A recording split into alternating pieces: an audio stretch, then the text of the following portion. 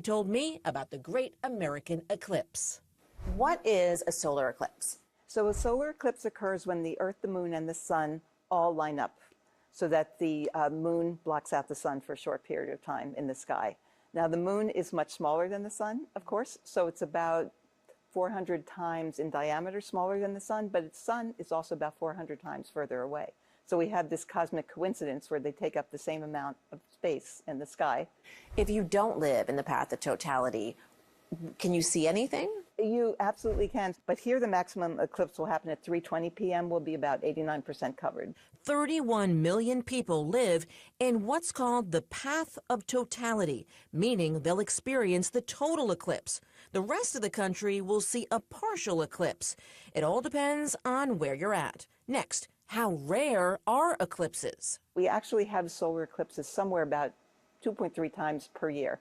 However, they're not all total. And also, they often happen over uninhabited areas, such as ocean. They're not actually rare, but it's rare to see one where you live. How long will this last? This one will be almost 4 minutes. So sometimes the moon is closer to us, sometimes it's further away. So we're lucky that this eclipse is at a time when the moon is a little bit closer to us on Earth, and so it takes longer to cover the sun. And what makes an eclipse so special? It's a very moving experience because you see the eclipse, you feel it get cold, maybe crickets chirping if it's the right season. You feel the wind pick up. You see stars in the sky that you wouldn't see in the daytime. So you really have this multi-sensory experience. Before we leave one of the world's most popular museums, we have to show you why so many people make this a must-see when they come to D.C. We saw the spacesuit Neil Armstrong wore when we took one small step for man, one giant leap for mankind on the moon.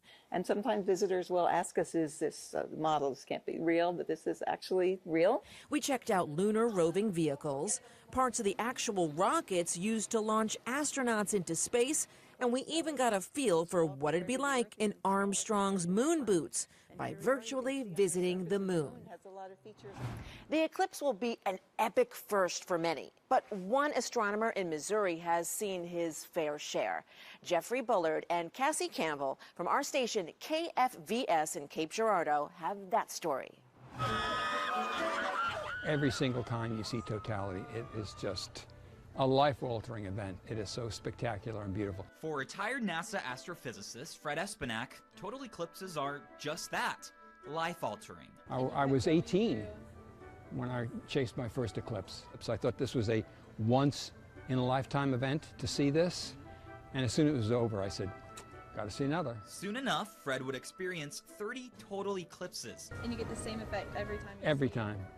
Traveling around the world, picking up the name you see here on his shirt, Mr. Eclipse. I would be in trouble if I didn't mention my favorite eclipse, which is the one I met my wife at, which was in India in 1995.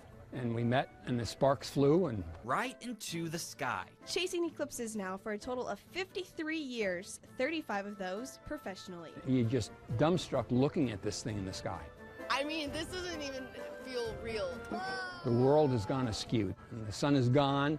You see this eerie halo surrounding the black disk of the moon. You look around, and now you're in this twilight. It's gone from bright sunlight to twilight in 30 seconds. Hair on the back of your neck is standing up. Which he doesn't want anyone to miss. This is the last shot. I know people might think that they happen all the time because they had one in 2017, but it's just the luck of the draw that you got two within 7 years of each other. Normally they're hundreds of years apart. The way it goes. Leading researchers to come together from all around the world. Whether it be the feeling of totality, the love for his wife, or the research, he's hoping this experience alters someone else's life the way it did for him. But it might be just the thing that sparks them to get interested in some aspect of science. And we need science education in this country desperately. In Cape Girardeau, I'm Jeffrey Bullard. I'm Cassie Campbell. And we're with Heartland News.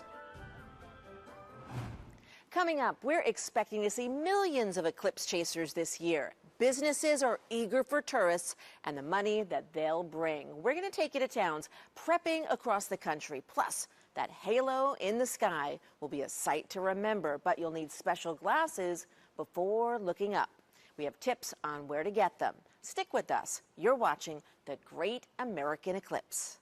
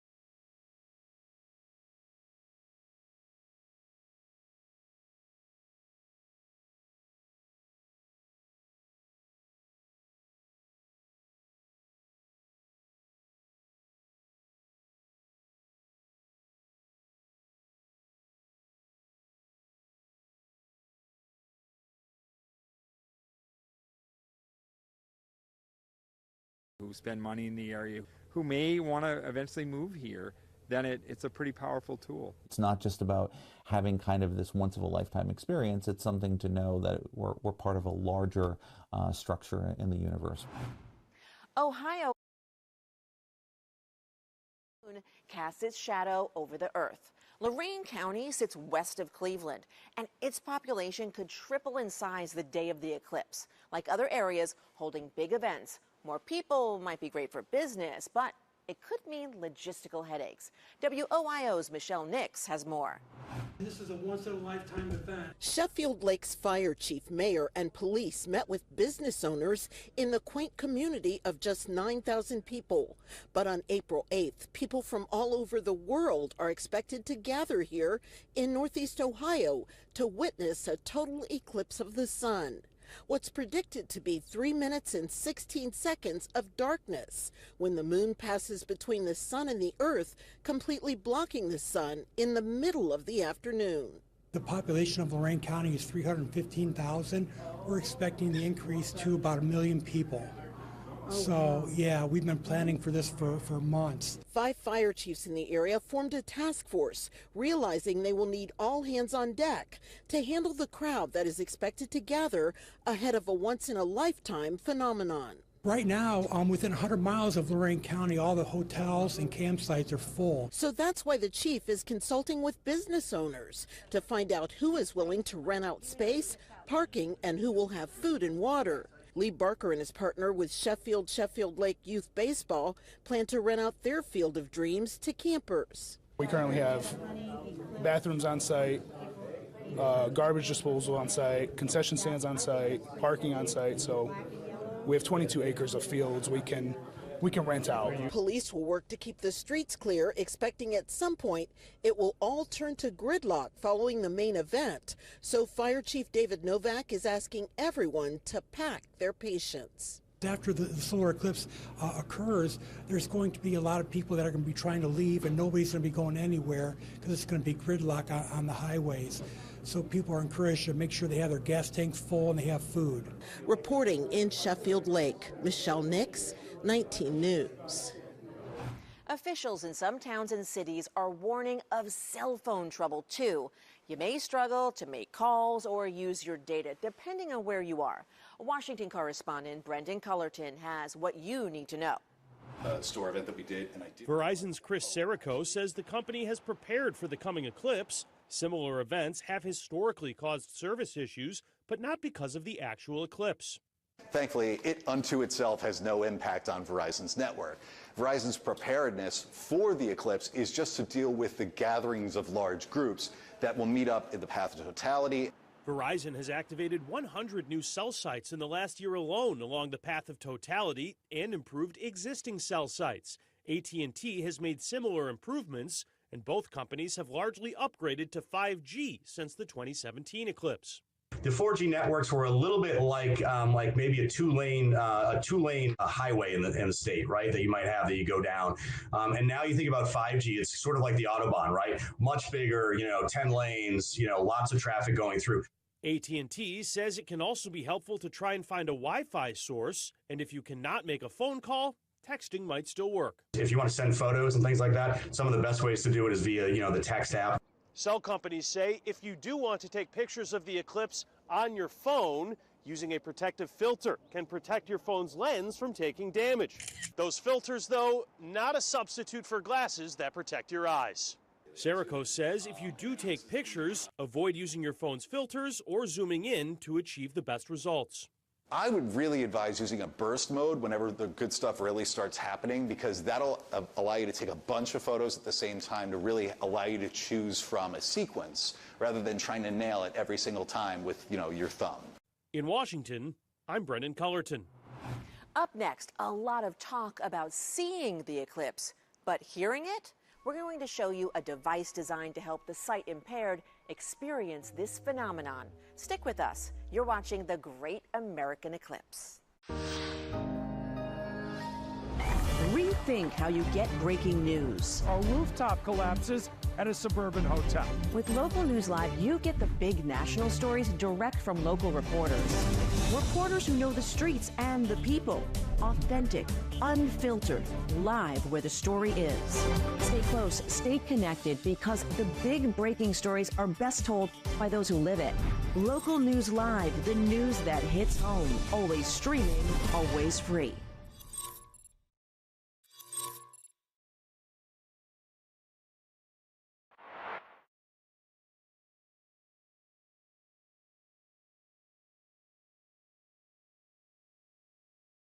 Rethink how you get breaking news. A rooftop collapses at a suburban hotel. With Local News Live.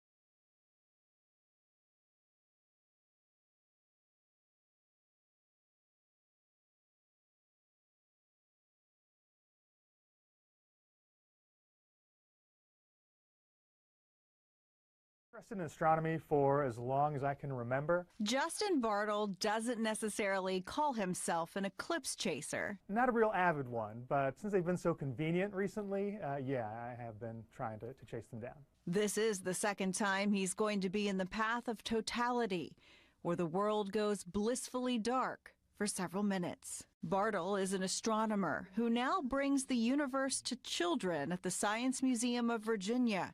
He says a solar eclipse is a cosmic experience. A unique way to see our connection, our relationship to the universe around us.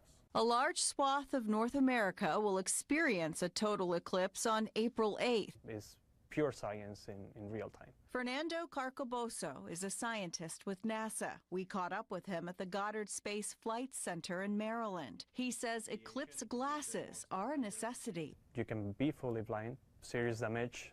We naturally don't look at the sun. The danger is you could develop something called solar retinopathy. When the moon blocks the sun's light during a solar eclipse, it makes everything darker. And your pupils, well, they become larger and they let more light in, causing damage. It's often painless, meaning you don't even know you've hurt your vision until it's too late. NASA scientists say regular sunglasses aren't enough for eclipse viewing. Don't look for any random web page on the internet. Just go for certified places where you can actually buy good quality optics. During the last solar eclipse in 2017, we documented several fake glasses being sold at major online retailers. 600 pairs of solar eclipse sunglasses, all fake. For the upcoming eclipse, our investigative team found you need to be careful what you buy online. We ordered glasses from popular sites like Amazon and Etsy. 2 of the glasses were recommended by the American Astronomical Society. They're made of sturdy material, and we could only see the sun when we looked up. But we had questions about 2 other glasses we bought. When we tested them outside, we could see more than just the sun. We reached out to Amazon, Etsy, and Temu about glasses sold online to ask if they verify the sellers. We never heard back from Etsy or Temu. Amazon responded back, but would not go on record about our safety questions. Justin Bartle also had questions. A little more light comes through these. Something knows. It is the 21st century, so there's also nothing stopping anybody from downloading the ISO graphic, putting it on there. He says you need to buy from a reliable source or reputable vendor, like a science museum. The manufacturer should be named on the American Astronomical Society's list of approved eclipse glasses. Your glasses should have the ISO logo and numbers 12312-2 printed on the glasses. Your Eclipse glasses should be less than 3 years old, so your glasses from 2017 are no longer good, and you should not be able to see anything through them except the sun. Everyone should be able to experience the eclipse, whether you can see it or not. The Harvard and Smithsonian Center for Astrophysics in Cambridge, Massachusetts, created the light sound device. It converts light intensity to sound so the visually impaired can essentially hear the eclipse. Allison Birla, the developer, explained how it works to our station, KFVS, in Cape Girardeau, Missouri. The brightest sound is kind of like a flute sound, and then it goes to a clarinet and in the mid-range, and then kind of like a low clicking when it gets really dark during totality. More than 700 light sound devices will be distributed to colleges, museums, and parks, all holding eclipse events. Some will hook them up to speakers so the whole crowd can hear. Now, we know that the eclipse is coming. We've been planning, we're ready, but what about animals? How will they react? WWNY's Jolie Santiago from Watertown, New York, went to the zoo in search of answers. Just a regular day at Zoo New York. But on April 8th, things could be different.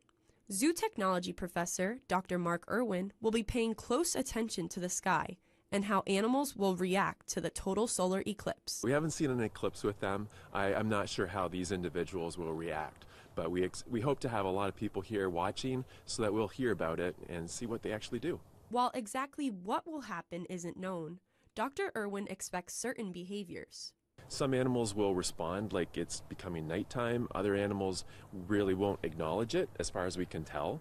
And then there's some animals that might be a little unnerved at it and get a little anxious, perhaps. I've heard that some of them will start to go into their night quarters or prepare in their nightly routine. So sometimes they'll go back to where they would go in for shelter and sleep, go into some of those patterns. Outside the zoo, you might be wondering if your dog or cat could behave differently. Dogs probably are a bit more affected, say, than cats would be. Cats, they just shrug their shoulders. The type of dog that might be anxious during a thunderstorm or any other kind of a weather event, they might have some sort of anxiety that you might see prior to that. We'll have to wait and see what happens on April 8th when Watertown is in the path of totality of the eclipse. Coming up, a love story written in the stars. We bring you a couple tying the knot during the total solar eclipse. I think it'll just be fun that we can all, for all of us who experience it together, this will be something we'll speak about for years to come. Stick with us. We're back in 2 minutes. Rethink how you get breaking news. With Local News Live, you get the big national stories direct from local reporters. Authentic, unfiltered.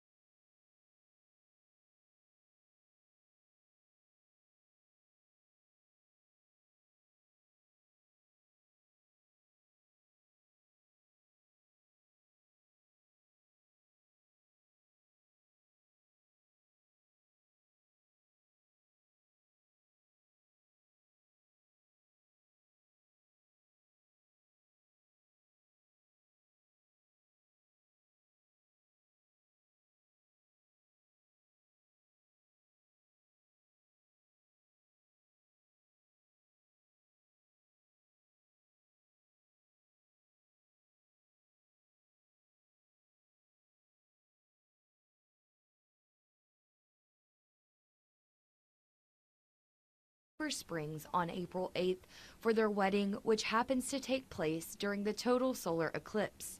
Their love story began in September of 2022 after they met online. We met up at a place in Addison and had dinner there, and like literally haven't stopped seeing each other every day since. And so that led us to here. Really, honestly, since we met, we were talking on the phone every day. Whether it was on the phone or just or obviously being together. Hinton viewed the 2017 total solar eclipse in Missouri with his father. In August, he knew another eclipse was coming through part of Texas and thought it would be the perfect time for the two to tie the knot. He brought the idea to Sloan. As I broached the subject, it's like, I know it's kind of weird for me to ask you, like this is the unofficial proposal for marriage, and so it's not the way things are traditionally done, but like if we're gonna do this, like then we need to just like get on this like yesterday. So we kind of just went from there. So it's like, yeah, sure, and like we started planning the arrangements, and then everything snowballed from there. Pinton officially proposed to Sloan on October 14th during the annual solar eclipse while in Corpus Christi.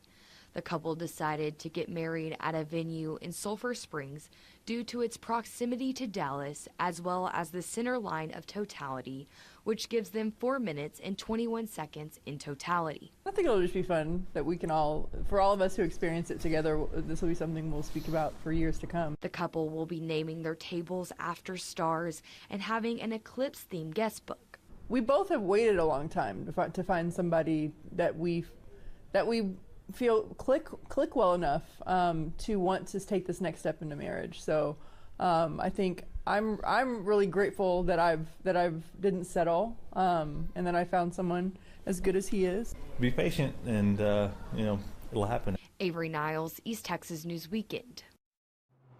We wish Alicia and Roger a beautiful wedding day with clear skies. I didn't get my invite, but that's okay because, they know I'm co-hosting Local News Live's wall-to-wall coverage that day, Monday, April 8th, with my colleague, Rashida Kaba. We're going to bring you live reports from across the country inside the path of totality.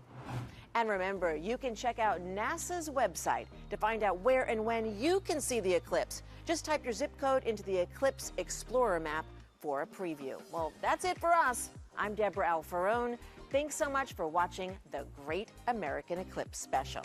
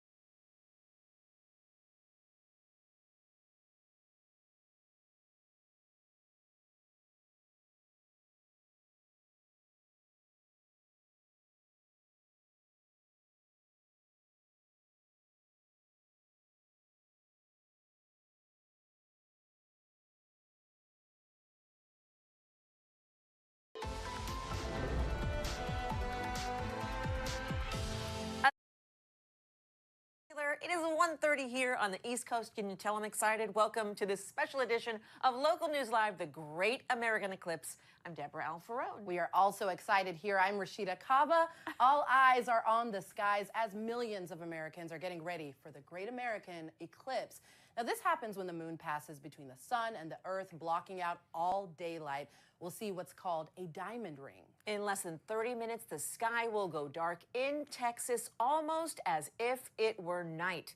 The eclipse will travel through 15 states, and its last U.S. stop is Maine. We're going to make sure you get to see it. Yeah, we're taking you along for the ride across the entire country. We have local reporters covering the path of totality from our network of gray television stations. They'll be showing us how communities are prepping for this phenomenon, from festivals to viewing parties, all the way to concerts and more. Plus, senior national correspondent Peter Zampa is in Niagara Falls. LNL's Molly Martinez is live from Erie, Pennsylvania. And our Ryan Henson shows us a celebration in the nation's capital. But first, LNL meteorologist Sandra Brogan and WWBT meteorologist Ross Runner are with us for a look at the forecast. Yeah, Ross, Sandra, tell us who along the path of totality is going to be lucky enough to have some clear skies. You know, we do have some areas that are looking at some clear skies, but, you know, some other areas will have to deal with some cloud cover. Our first stop is going to be in Eagle Pass, and from there you can see we do have some cloud cover in that area, but as we continue northward, we're going to be stopping at Waco. And look, Ross, it's looking a little better than Yeah, definitely looking a little better. The Waco area. We continue off to the northeast. Tyler, Bryan, Texas, we're looking pretty good there. There are some clouds.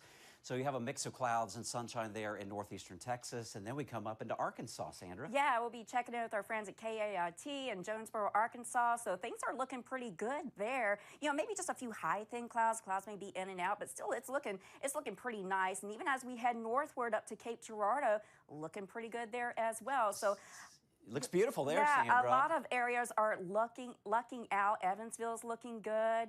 Indianapolis, over towards north and western Ohio, Toledo, Cleveland. You started out the day with clouds, but skies are cleared out this afternoon there. Yeah, and they've got a big baseball game as well. Yes, they do. So, you know, got some nice weather for it, but Erie, Pennsylvania, looking at some cloud cover right now. Yeah, you knew there had to be a rough spot somewhere, and really from Erie up towards Niagara and Buffalo, Watertown, New York, you have some break in the clouds right now, but the clouds are probably going to be moving in. Yeah, a lot of this is moving towards the east, so if you do have some cloud cover off towards your west, unfortunately, it may arrive in time for totality. Burlington, Vermont, looking pretty good right now. I think you'll be on that cusp. I think, you know, hopefully those clouds will hold off and making it into your area during totality, but it is going to be close.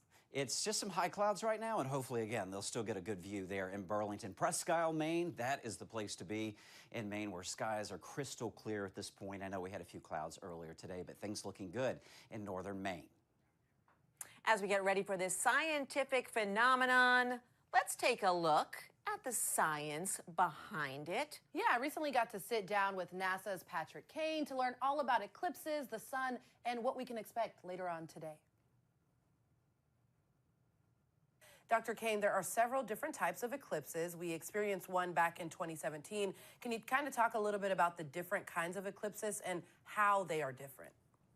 Sure. There are three basic kinds. There's the total eclipse, like much of the country is going to be seeing on April 8th. That is when the alignment is precisely right, where the moon slides directly in front of directly in front of the sun and completely blocks out the light. Leaving behind only the solar corona, the outermost layer of the atmosphere of the sun. There's also a partial eclipse where the alignment isn't quite as precise. So the moon only blocks a portion of the sun's face. So you'll see some dimming. You definitely want to be viewing those with the right sort of equipment, the right solar safety, the right eclipse viewing glasses. And then there's a hybrid eclipse where you sort of get a partial and a total all at the same time. And I know that we're going to see the sky darken briefly during the eclipse, but how is this going to impact wildlife? You know, people in the Midwest, there's a little bit more wildlife there. There are animals on farms and such. How are they going to be impacted? How are they expected to react to this? Well, we expect that animals will start to think it's getting close to nighttime. It looks a lot like dusk during a total eclipse and even during a partial eclipse. So we expect that birds would return to roost, animals might start returning to their homes. We expect the sounds to change, the sounds that the birds are making, for example, to change. And we're hoping that people will be out and paying attention to those things and actually helping us take data. Yeah, it's certainly going to be an exciting time, especially for those who are experiencing it for the first time. So we know that scientists can create artificial eclipses to view the outer portion of the sun's corona, but why are natural eclipses like the one that we're going to experience on April 8th so important? Well, in a natural eclipse, we're actually using the moon as the thing that's blocking the sun. In an artificial eclipse, we use usually a piece of metal, a little disc of metal. But during a natural eclipse, you can actually see deeper into the sun's outermost layer, that solar corona. So we can actually learn a little bit more about that really important region close to the surface of the sun and how it transitions into the corona and then that energy propagating outwards into the rest of the solar system. So we learn more. And within the past month or so, the sun has thrown out some pretty powerful bursts of radiation. Can you talk about what it means when the sun becomes more active like that? Sure. The sun actually goes through an 11-year solar cycle, we call it, ranging from solar minimum, where there are very few sunspots, not much in the way of activity on the surface of the sun, all the way to solar maximum, which is what we're approaching now, where we see more sunspots, more solar flares, more releases of energetic particles and what we call coronal mass ejections. So we just see more stuff on the sun during solar maximum than we do during solar minimum. And we know those Eclipse sunglasses are going to be really important for everybody to be able to enjoy. Dr. Patrick Kane from NASA, thanks so much for joining us here on Local News Live. Oh, happy to be here. Thanks. Got a little bit more knowledgeable there. Texas is going to be one of the first places in the country to experience totality, and that's going to be happening pretty soon. Absolutely. Let's go to KGNS reporter Lisa Lee Garza, who joins us live. Lisa Lee, how are you? Hi, I'm doing well. We're here in Eagle Pass, like you mentioned. We have actually here with us our chief meteorologist, Richard Heatwave Burler, who is going to explain to us a little bit about the conditions right now. It is windy and cloudy. Heatwave, you said we can already see a little piece of the moon. Eagle Pass is the first city in the United States to see the total solar eclipse. Heatwave, can you talk to us a little bit about the clouds? Well, we have a 4,000-foot layer of Gulf of Mexico moisture, which did produce a solid overcast about an hour ago, but above that layer of moist air, it's dry. So if we get the atmosphere to stir over a deep enough depth, we tap into the drier air above, and it mixes some of the low clouds away, and we're starting to see some of the low clouds mix away. So I'm hopeful that we'll get some glimpses. One little factor is that we have with the subtropical jet stream cirrus clouds high above 35,000 feet up, and that's dimming the view a little bit, but they're thin enough at this point where we're still able to see the sun if the low clouds give us a break. That's right, Heatwave. So we've been seeing a little bit of the sun here and there. As you can see, there's a lot of people behind us, a lot of people already looking up at the sky to see that sliver of the moon here in our coverage area. We have been here for many hours now. We have been seeing people from all over the world, and they're so excited. They have been planning for many years. Heatwave, I know we have our sunglasses right here. We're also ready to look at the eclipse, of course, with our safe wear. Heatwave said this was perfectly fine, so we trust him with our life, right, Heatwave? When it comes to the eclipse. I just wanted to mention one thing, if there's a moment. I can't believe how accurately we can forecast these eclipses now, down to the second, down to almost a foot of accuracy. Back in 1925, they came within 4 seconds and 14 city blocks of where it was going to be. No computers then. Now we know exactly. 4 minutes and 32 seconds here in Eagle Pass. We'll toss it back to you, and we will have the coverage later. Oh my gosh, you guys are excited. You're us together. Both of you so smart about everything that is going on there. Thank you so much from our station KGNS, and put those glasses on soon. Yeah, make sure you have them handy. Exactly. So Poplar Bluff, Missouri is a popular place to be today. People there are gathering to see the sun disappear behind the moon and experience the night sky in the afternoon. It's going to be a sight to see. The city organized park cleanups, shuttles, and more in order to prepare for this big day. And that's where we find Joe McLean from our station KFVS. Hey, Joe, what's going on behind you there? Well, a lot. It's been a big celebration all day, really all weekend. As you mentioned, as the city, as the local chamber of commerce, as local organizations, businesses, they had a long time because we knew this was coming. Eclipses are very easy things to predict as long as humans have been watching the sun. So we knew this was coming. That gave people a lot of time to prepare. I want to show you some of the activity that's going on behind me. Down the hill from where I'm at right now is the campus of Poplar Bluff High School. So I'm just going to pan really quick, and you can see bouncy houses. I haven't had a chance to jump on there yet, but looks fantastic. There's food vendors. There's souvenirs. I picked up a shirt that said, "I got mooned in Poplar Bluff." Fantastic. Hilarious pun there.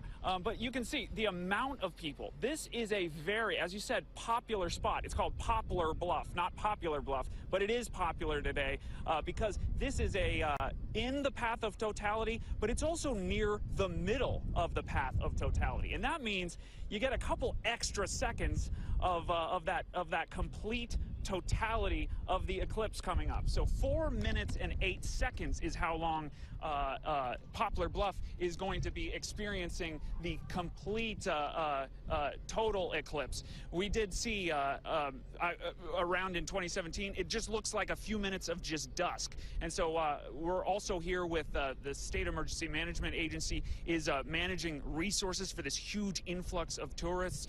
So we're going to be watching this, and we will obviously continue to cover this and watch as we all sort of unite in this astrological event when everybody looks in the same direction, up. Back to you. Hey, Joe, I noticed there's a little bit of wind behind you in the background. What's the temperature out there looking like right now? It's a balmy 75 degrees. Very, very nice. It started out really cold here in the Midwest. It was pretty chilly. Some people, I even saw some frost on the car in the morning. But Missouri here in the Midwest, the temperature goes all over the place. It's nice. It's beautiful, about 75, and you can see behind me too. Not going to have too much trouble with cloud cover, it appears. So we've been spared that. That's absolutely fantastic luck. All right, we know that temperature is going to dip a little bit during the eclipse. Joe McLean, we will check back in with you later on in the show from our station KFVS. Thanks so much. You know, it's wonderful that we have all of these amazing reporters all across the country from our gray stations right smack in the path of totality. Like Joe, we also have LNL meteorologist Sandra Brogan and WWBT meteorologist Ross Runner for a look at the weather along the path of totality, guys. And Deborah and Rashida, we're looking good. As you saw Joe's report there in Poplar Bluff, we had a lot of sunshine and blue sky out there. Now, of course, South Texas, they're dealing with some cloud cover, but hopefully enough breaks in the clouds that will get some good visibility here from Eagle Pass. And I think the visibility will probably be a little bit better up towards Tyler and Waco. Now, once you get into Arkansas, things looking good there through southeastern Missouri into southern Illinois. Then we come up into Indiana, looking good there through Ohio. And then we have a little bit of a trouble spot here once we get into western New York State. So anywhere from Erie, Pennsylvania, up through Niagara, Buffalo, up towards Watertown, New York. We do have some clouds in that area. Burlington actually looking pretty good, at least for now. Yeah, it's, all about timing, of course. They do have some cloud cover, off to the west of Burlington, and it is heading eastward, but I think totality will happen before that cloud cover really moves in, exactly. For the most part. Hopefully just some high, thin clouds for you guys. Yeah, in our first stop, Eagle Pass, we were just talking to them earlier, and so they are, the first city in the continental U.S. to see the totality happen, and in terms of when it gets going at 2:29, that's when the big moment starts to happen. So yeah, this is 2:29 Eastern Daylight Time, and you're going to get 4 minutes and 24 seconds, and really along the path of totality, Sandra, anywhere from 1 to 4 minutes, just depending on where you live. Yeah, and then next we're going up to Waco to our friends KWTX, our local gray station there, and we have the totality there for you, and so it's not that much longer after the one for Eagle Pass, so it starts at 2:40 in Waco. Exactly, 2:40 Eastern Daylight Time, 4 minutes and 12 seconds you're going to get for totality there. Deborah, Rashida? Well, today is going to be the first time for a lot of people to be able to see that solar eclipse, especially totality specifically. And not only is it going to be a great opportunity to learn, but to have fun while doing it. Yeah, I like fun. So that's why I spoke with Mindy Thomas, co-host of the children's science podcast, Wow in the World, to see how they've been helping kids and parents prepare. You have an episode called The Great Solar Eclipse Party, and you have your character is hosting a party. Tell us about this special episode and what kids can learn from it. Yeah, so one of the things that we wanted to do was to help kids understand what a huge deal the solar eclipse is. It's a huge phenomenon, and what a special thing it is to be a part of. I know that a lot of our kid listeners were not even around in 2017 when we had our total solar eclipse, and it'll be 2044 before they even have a chance to see another one. So this is a huge deal, and we wanted to take a moment to celebrate it with our characters having a party, to explain what the solar eclipse is, why it's so important to be safe while you're experiencing it, and just what makes it so wow. It's sort of like the Super Bowl of science that we're about to experience. I like that, the Super Bowl of science, and really it is wow. I mean, you know, adults, sometimes we're busy, we're working, maybe we can't see the solar eclipse, you're somewhere, but really this is an amazing opportunity for kids to see science as it is working. So how do you work to tell science stories in the podcast and make it fun and interesting for families? Yeah, so for Wow in the World, we take, normally real peer-reviewed scientific research, these amazing discoveries happening in our world. And I don't know if you've ever read a scientific journal, but they are so incredibly dense. It's like a foreign language. And so we want to make science accessible not only to all kids, but to all parents as well, and connect them to the wows happening in our world. And we do this by breaking it down and wrapping it in a fun narrative. Our podcast, we describe it as a cartoon for the ear, because there's nothing saying that science can also be silly and fun. And of course, as we all know, it really is amazing. Absolutely. So, okay, let's talk about the solar eclipse. How would you say that families can celebrate the event? Well, first of all, if you live anywhere in the 13 states that are in the path of totality, I really hope that you are making time to get out there and experience this total solar eclipse for yourself. But, if you live anywhere else, you're even getting a partial solar eclipse, make it a party. This is a big deal. So, I don't know, play Pin the Moon on the Sun, or listen to our episode of Wow in the World, the Great Solar Eclipse Party, to get yourself in the mood. We've got a playlist for your party. You can play, have some eclipse-themed snacks, enjoy some moon pies, some sun chips, and just make it a party. This is a really big deal. What are some of the other wow-filled shows that you have coming up that kids and their grown-ups can experience on Wow in the World? Oh, we've got so many fun things, so many things happening in the world of science. We've got a story of a fish doorbell in the Netherlands. An inventor came up with a way to help fish swim from, get past these locks by coming up with a fish doorbell and getting the public involved in helping them ring it. We've got the science behind making friends. We've got a story all about great white sharks and how no one has ever seen a baby great white shark. No one's ever seen one. Where are the baby great white sharks? So we cover it all on Wow in the World. I mean, I think I'm going to listen to this. I don't have children, but I'm going to listen to this anyway, because there's so much that I still need to learn. There's so much, like you say, Wow in the World. We're all like, yeah. Mindy Thomas, co-creator, co-host, and writer for Wow in the World. Again, the #1 science podcast for kids and their grown-ups. Thank you. Appreciate it. You. Happy solar eclipse. And happy solar eclipse to you. You are looking at NASA's eclipse simulator. You can see the moon casting a shadow over the Earth. The eclipse's path of totality stretches roughly 4,000 miles from Mexico to Canada, hitting 15 U.S. states along the way. Yeah, and those lucky enough to witness totality could see up to 4 minutes and 28 seconds of darkness. Now, of course, the length of time all depends on where you are located across that path. And for those of us who are outside the path of totality, like us here in Washington, right here, D.C., we may not see the halo in the sky, but we're still going to be in for a good show. For sure. Always in for a good show. And that's what's bringing us to LNL correspondent Ryan Henson. He is at a big solar eclipse festival on the National Mall in Washington, D.C. What is up, Ryan? Well, Deborah, Rashida, people aren't stopping from coming out here to the National Mall just because we're not in the path of totality. We're actually going to have a cool experience. But first, talk about all things happening out here on the mall. This is Dr. Erica Jawin right here. She's going to tell us, what are some of the activities out here? Why is it important to bring education on an event like this here to the mall?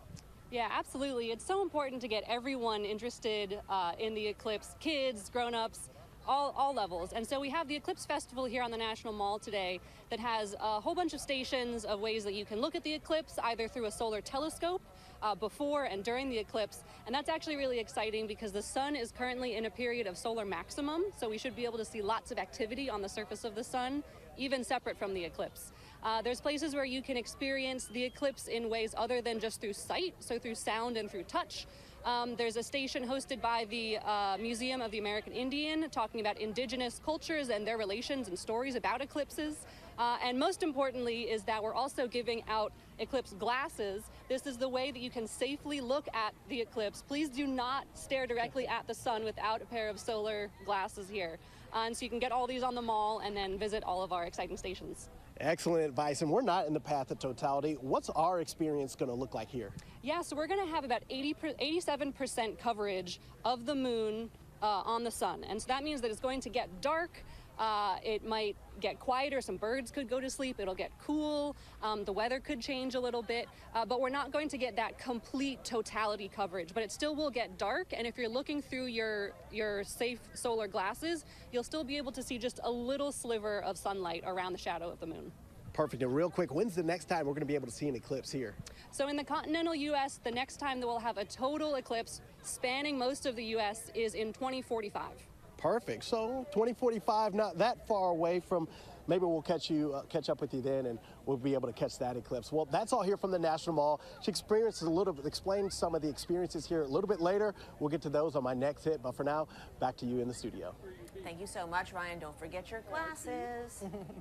I love seeing all those kids out there. Yeah. Well, right now, you're looking at our Eclipse map. It shows the full path of totality. It stretches roughly 4,000 miles all the way from Mexico to Canada. It hits 15 U.S. states along the way, and those lucky enough to witness totality could see up to 4 minutes and 28 seconds. How long all depends on where you are on that map. Of course, the excitement for the eclipse, it is ramping up everywhere. You can kind of feel it as this big moment gets closer and closer. Yeah, and people in Cleveland, Ohio are waiting with their eclipse glasses and their telescopes. Yeah, WOIO's Jen Pachano is going to give us a look at what's happening there. Jen Pachano here, coming to you from the path of totality here on the shore of Lake Erie in Cleveland, Ohio. I have Jay Reynolds here from the Cuyahoga Astronomical Association. This is like your Super Bowl today, isn't it, Jay? It is, just a little bit. Yeah, we've been waiting for this for quite a while, obviously. Since 1806, I've been waiting. I don't know about you. The next one will be 420 years from now, so make it count. Make it count. You have come with some pretty big equipment here, right? Yeah, this is actually one of my smallest telescopes, so it's a prop for the day. So definitely having out a scope, but you really don't need that. As long as you have your solar glasses and you get outside, don't try to improvise anything, please. Right. Okay. But speaking of improvise, what do you have here? Exactly. So for people who maybe want to photograph and document this. Right. So this is very safe to improvise with. Go into your kitchen and get your kitchen colander. That's a screen type, but look at all the well-machined holes here. So as an example, during the eclipse, if you see all the little holes, you're going to project actual eclipses right on a piece of paper like this. It'll be perfect and perfectly safe to photograph with anything you have. So if you see the little circles right there, right there. Okay. those are, that's all the sun right there. That's all you need. What about for the novice who hasn't been studying this and gearing up for this? What can they expect to see today? Look at your pretty red jacket here. The colors are going to begin to fade away a little bit, but the greens are going to pop, the reds are going to fade. Humans don't see red very well, and so as it becomes a little darker, we're going to start to see greens a little better here. So Also, watch for the animals, listen for the birds. We're all going to share this, including everything in nature.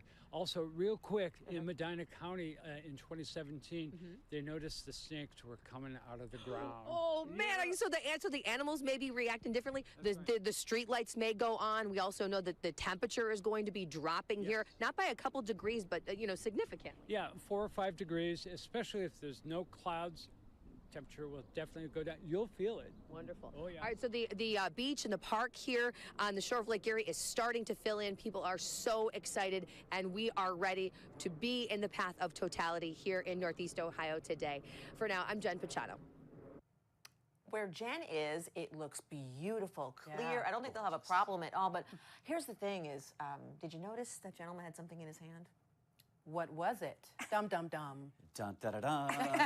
A colander. Yes, we were prepared. And we're going to talk more about this a little bit later in the show. You want to stick around Yeah, for that. so you're not just going to make spaghetti for us. No, you could do that. Wait a minute, with but is he this. going to make spaghetti for us? Have to stick around. After the show, yes, I think. You don't want to go anywhere for that. Promises, promises. I know. Beautiful. Oh my gosh, it's going to be an amazing day. Well, be sure, don't go anywhere as our eclipse coverage continues. Don't forget those glasses as well. That's something that we've been talking about. You got yours handy.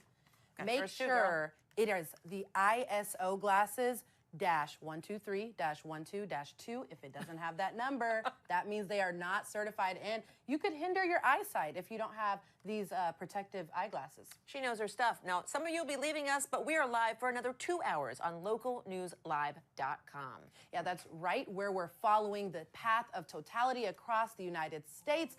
You're watching a special edition of Local News Live, the Great American Eclipse, and we're going to have a lot more coming up, right? We're going to Ohio. We are going to Niagara Falls. We are going to Erie, Pennsylvania. We are going to Indianapolis. We are going to Eagle Pass. I'm sorry, I'm everywhere. so excited right now. Eagle Pass, Texas, and then again here at the National Mall with Ryan Henson. This is so much going on, and Niagara Falls. Don't forget. Up top. Don't go anywhere. You're watching the Great American Eclipse. We'll see you soon.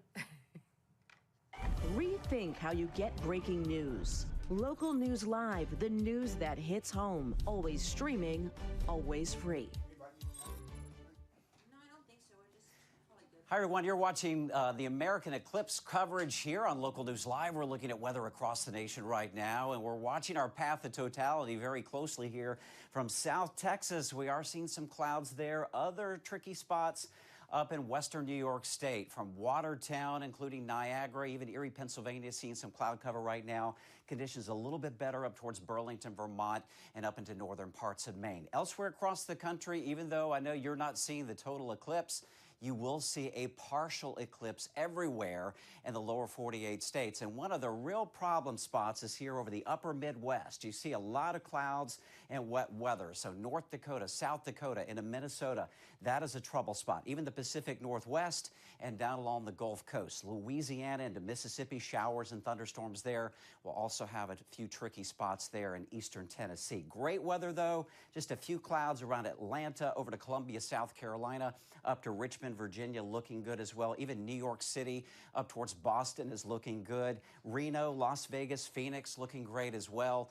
Now we're watching a system that is coming out of the southwestern states that will likely produce some severe weather a little bit later today, but we do think it will happen after dark across Texas. And there is an area of enhanced risk of potentially some tornadoes. At least a few tornadoes will be possible, along with damaging straight line winds. We'll have the potential for very heavy rain. And you can see all of that nasty weather will be breaking out again, mainly after sunset tonight. So if you do have to do some traveling after the eclipse is over, keep that in mind. There may be some difficult travel later tonight into the start of the day tomorrow, especially across Texas into Louisiana, parts of Mississippi, Arkansas, and Oklahoma as well. We'll be dealing with some difficult conditions. Temperature-wise, across the nation, we are looking at that warm air here from Waco, where it is 80 degrees. Memphis reporting 74 degrees. So that warm air heading north and east is what will help to fuel that outbreak of severe weather a bit later today across Texas into Louisiana. Up towards D.C., we have 68 degrees. Burlington, a nice cool 60 degrees right now with just a little bit of high cloud cover there. Casper, Wyoming, it's only 40 degrees. Phoenix at 67. Sarasota, Florida looking good there with a temperature of 82 degrees. So overall, we're looking pretty good along the path of totality. You are watching live coverage of the Great American Eclipse on Local News Live.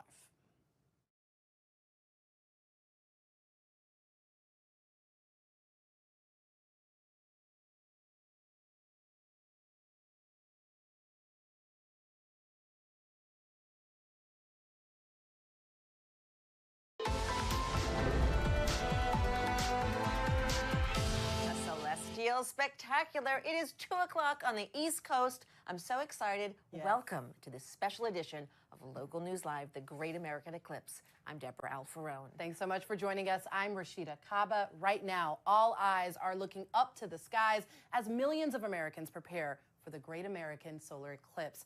Now, this happens when the moon passes between the sun and the earth, blocking out all daylight. And we'll see what's called a diamond ring. In less than 30 minutes, the sky will go dark in Texas, almost as if it were night. The eclipse will travel through 15 states. Its last U.S. stop is Maine. And of course, we're going to make sure that you get to see it, everything. Yeah, we're taking you along for the journey across the country. We have local reporters along the path of totality from our network of gray television stations. They'll be showing us how communities are prepping for this phenomenon, all the way from festivals to viewing parties, concerts, and more. Plus, senior national correspondent Peter Zampa is live for us in Niagara Falls. LNL's Molly Martinez live from Erie, Pennsylvania, and Ryan Henson joining us live from a solar eclipse celebration in the nation's capital. Talk about a fun-packed show, but first, LNL meteorologist Sandra Brogan and WWBT meteorologist Ross Runner are giving us a look at the forecast. That's right. Yeah, we are seeing the cloud cover, and also Ross talked about that threat for severe weather earlier. We're already seeing some thunderstorms, but the good news is that is outside of the path of totality. You know, not so great news for those that are still hoping to see a glimpse of that partial eclipse just outside of that. But you know, for the totality path, it looks as though the severe weather may hold off. I'll tell you what, we've really lucked out here today, Sandra. It looks like great weather. Now, we do have some cloud cover in South Texas, so down around Eagle Pass, where the eclipse is underway down there, we do have some cloud cover. You get a little farther to the north and east, a mix of clouds and sunshine around Tyler and Bryan, Texas. And then once we come up into parts of Arkansas and especially southeastern Missouri, we're seeing a lot of blue sky and sunshine there. So some great viewing across Missouri. And Sandra, things are looking really good even up into Indiana and western Ohio right now. Yeah, I think we're going to be stopping in at the Speedway in Indianapolis. So some great conditions for them there, but we do have that potential for some cloud cover. Now it's cleared out for Cleveland, but we're going to see that potential for some cloud cover working its way across Erie and also into portions of Watertown and also or areas around Watertown and also up towards Burlington, Vermont. But I think, you know, the clouds may hold off just before making it to Burlington, Vermont during the time of their totality. But in terms of that severe weather, it looks as though the timing will actually hold off until after areas in Texas reach totality. So some good news there. Unfortunately, bad news as they're hitting those roads and heading back home. Exactly right. It does look like the timing for this outbreak of severe weather will be after sunset tonight, so well after the eclipse has already passed. However, again, as you mentioned, Sandra, if you're doing some traveling later this evening, a lot of folks will be traveling across North Texas back into Louisiana along I-20. You want to watch out for that potential for thunderstorms that could produce severe weather, tornadoes, damaging straight-line winds, hail, and even very heavy rain. So have a way to get your warnings. Yeah, you know, and our local gray station, KWTX, if they have any storms in their area, of course, they're going to be covering it. And if you have any severe weather in your area, of course, you can tune to them for the latest updates, county by county forecast. Also download their weather app, and that way you can stay alert for, you know, whenever you're on those roadways. Hopefully, you'll be home by then, by the time of those storms.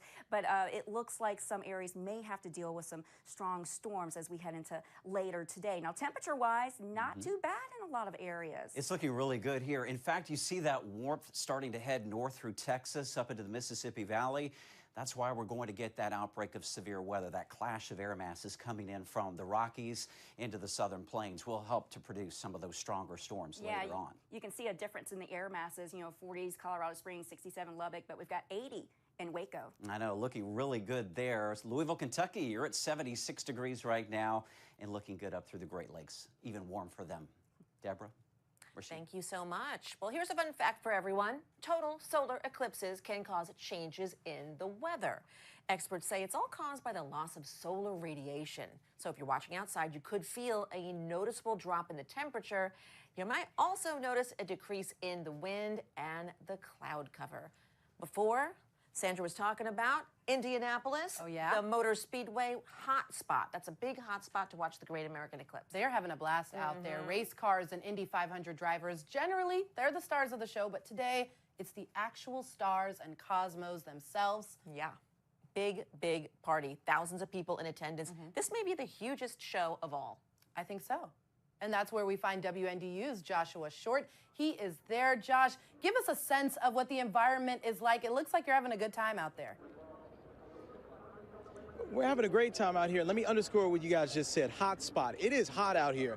I had to take off the coat, but it is a great time nonetheless. I want to step out of the way and show you thousands have descended upon IMS, what is known as, of course, Indianapolis Motor Speedway. This is the path of totality. We are set to experience complete totality. We are going to see nothing in just about an hour's time. In fact, technically the eclipse has already started. I'm going to put on my glasses here. I want to do this safely and look up.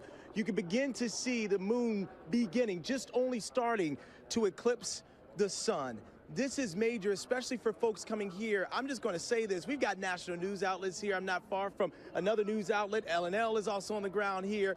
The point is this. This is the center of the cosmic universe today. This is normally the center of the racing world. That's not the case today. So many people are excited. So many people are anticipating this. They've been here since 8 o'clock this morning. We've been here since 4 o'clock. I kissed the bricks. If you are familiar with Indy 500, you know that's a big deal. That was not on my bucket list at all, guys. We're really excited today. I mean, this is a bucket list for everyone. It really is. is. I mean, you were having I kind of wish we were there. No, it's really cool to be here, but you are having the best time.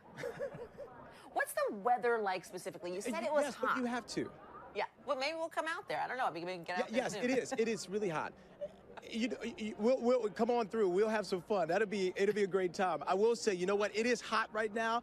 The air temperature is just about 67 degrees. We're expected to get into the upper 70s, but that can fall at any point, specifically during that totality. You just talked about it, and I don't think that's what people are prepared for. I got my jacket on standby, but I had to take it off because it is getting hot out here pretty quickly. Obviously, a lot more people have joined me since the last time I joined you.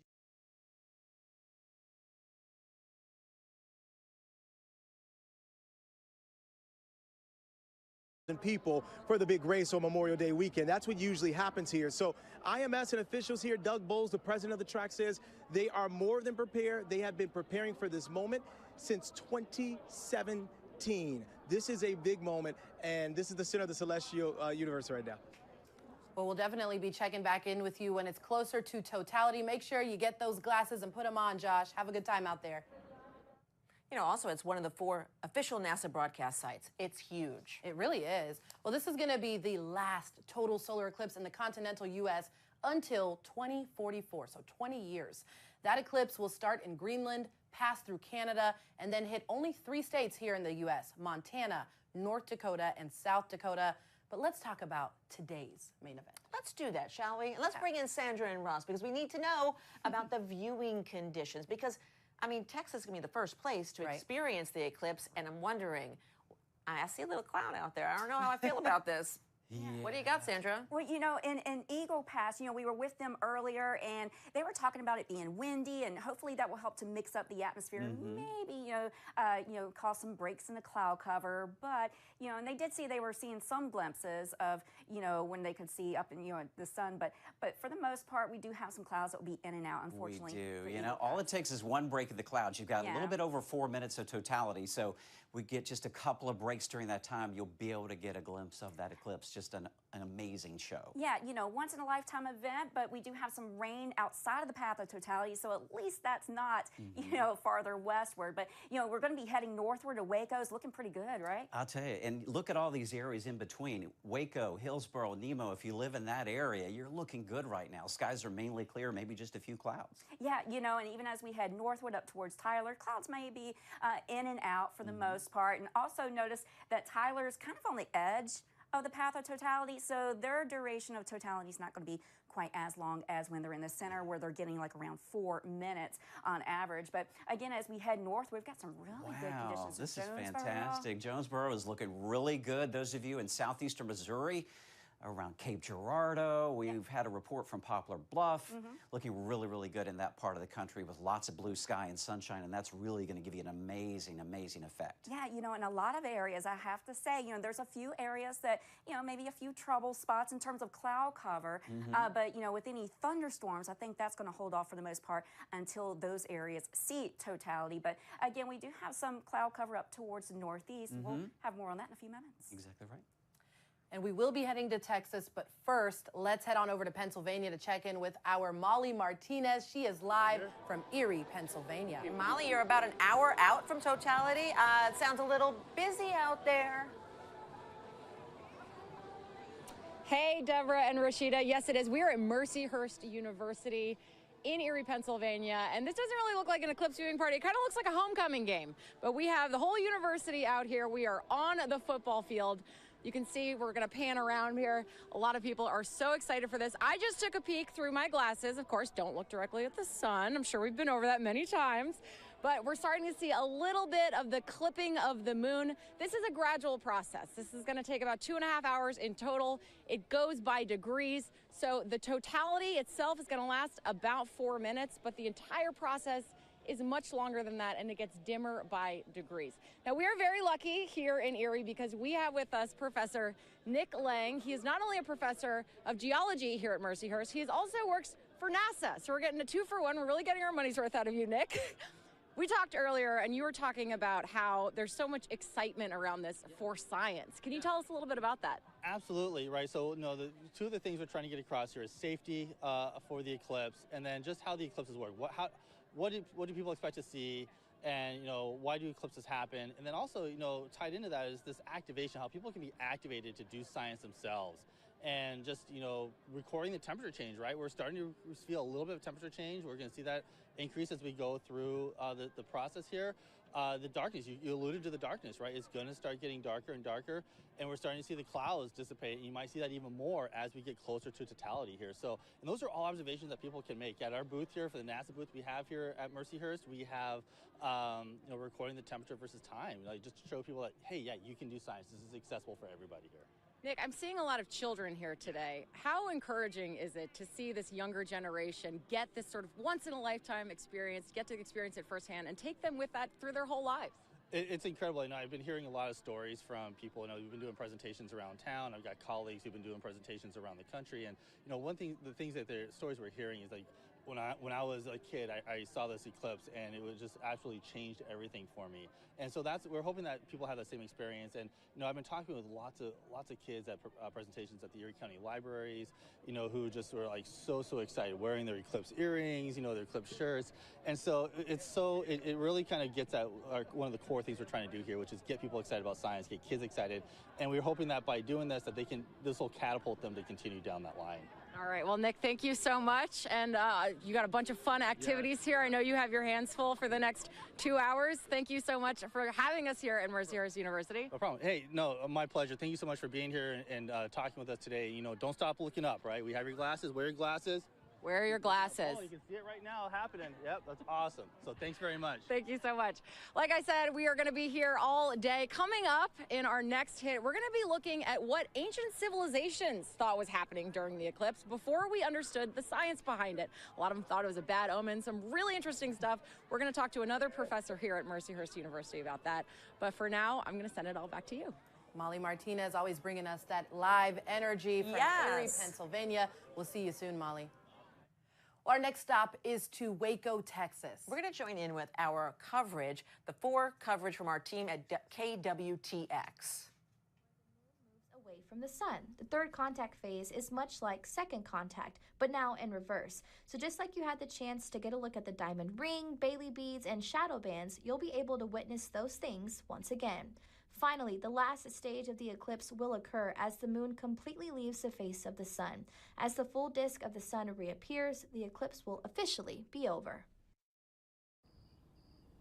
Do we have to talk on TV? I know, right? Can we just the whole time? We keep forgetting every time we look up. I can't see anything. It's awesome out here. I tell you, you've got to get outside. Part of what makes an eclipse so incredible to watch is the impact that it has on the world around you. Again, we already talked about stuff we're hearing, but one of the stranger impacts is what impacts it has on your animals. So that's why staff at the Cameron Park Zoo in Waco will be closely watching its animals. News 10's Isabella Quintanilla reports. In 2017, North Carolina State University did a research study on animal behavior during the total solar eclipse. They found that approximately 75% of the animals studied had a notable reaction, but why? When it comes to the question of how do animals react during an eclipse, you know, it's helpful to think about what actually happens during that eclipse time. When those bodies are perfectly aligned and the moon is right in front of the sun, covering the disk of the sun, it will get dark. We also have a change in temperature. Maybe pressure might change as well. The direction of the wind can change and influence how nature would respond to a totality. A lot of this strange behavior is simply animals switching from their day to nighttime routines. The animals will perceive the total solar eclipse as if it would be the sunset or the sunrise. So for nocturnal animals, they're probably gonna wake up and say, it's time to go by my day. Cameron Park Zoo in Waco is home to more than 1,700 animals and 300 different species. On the day of the eclipse, they will remain open, but around the time of totality, their staff will be closely observing the animals in case they have a reaction to the event. We are curious to know if that will happen, and we'll be there to help our animals through it, per se, if any of them get confused. Every animal reacts differently, which is part of what makes this phenomenon so unique. And if you want to witness this, just take a look at your own pet. I think would be a fun exercise and a fun experiment for the kids to bring the puppies outside and the animals outside and look at their behaviors and observe what they are doing. Experience the eclipse, learn, and have a great time. Oh man, I tell you, really cool. Just all the different kind of angles of this eclipse, again, a once in a lifetime. And we've been standing out here. It's kind of like I don't know, it's an odd, you don't feel this kind of like any other time where it's Think about it, it's darker. 1:15. I know, but it's not like the sun's setting. It's just you're losing about 2/3 of the light coming.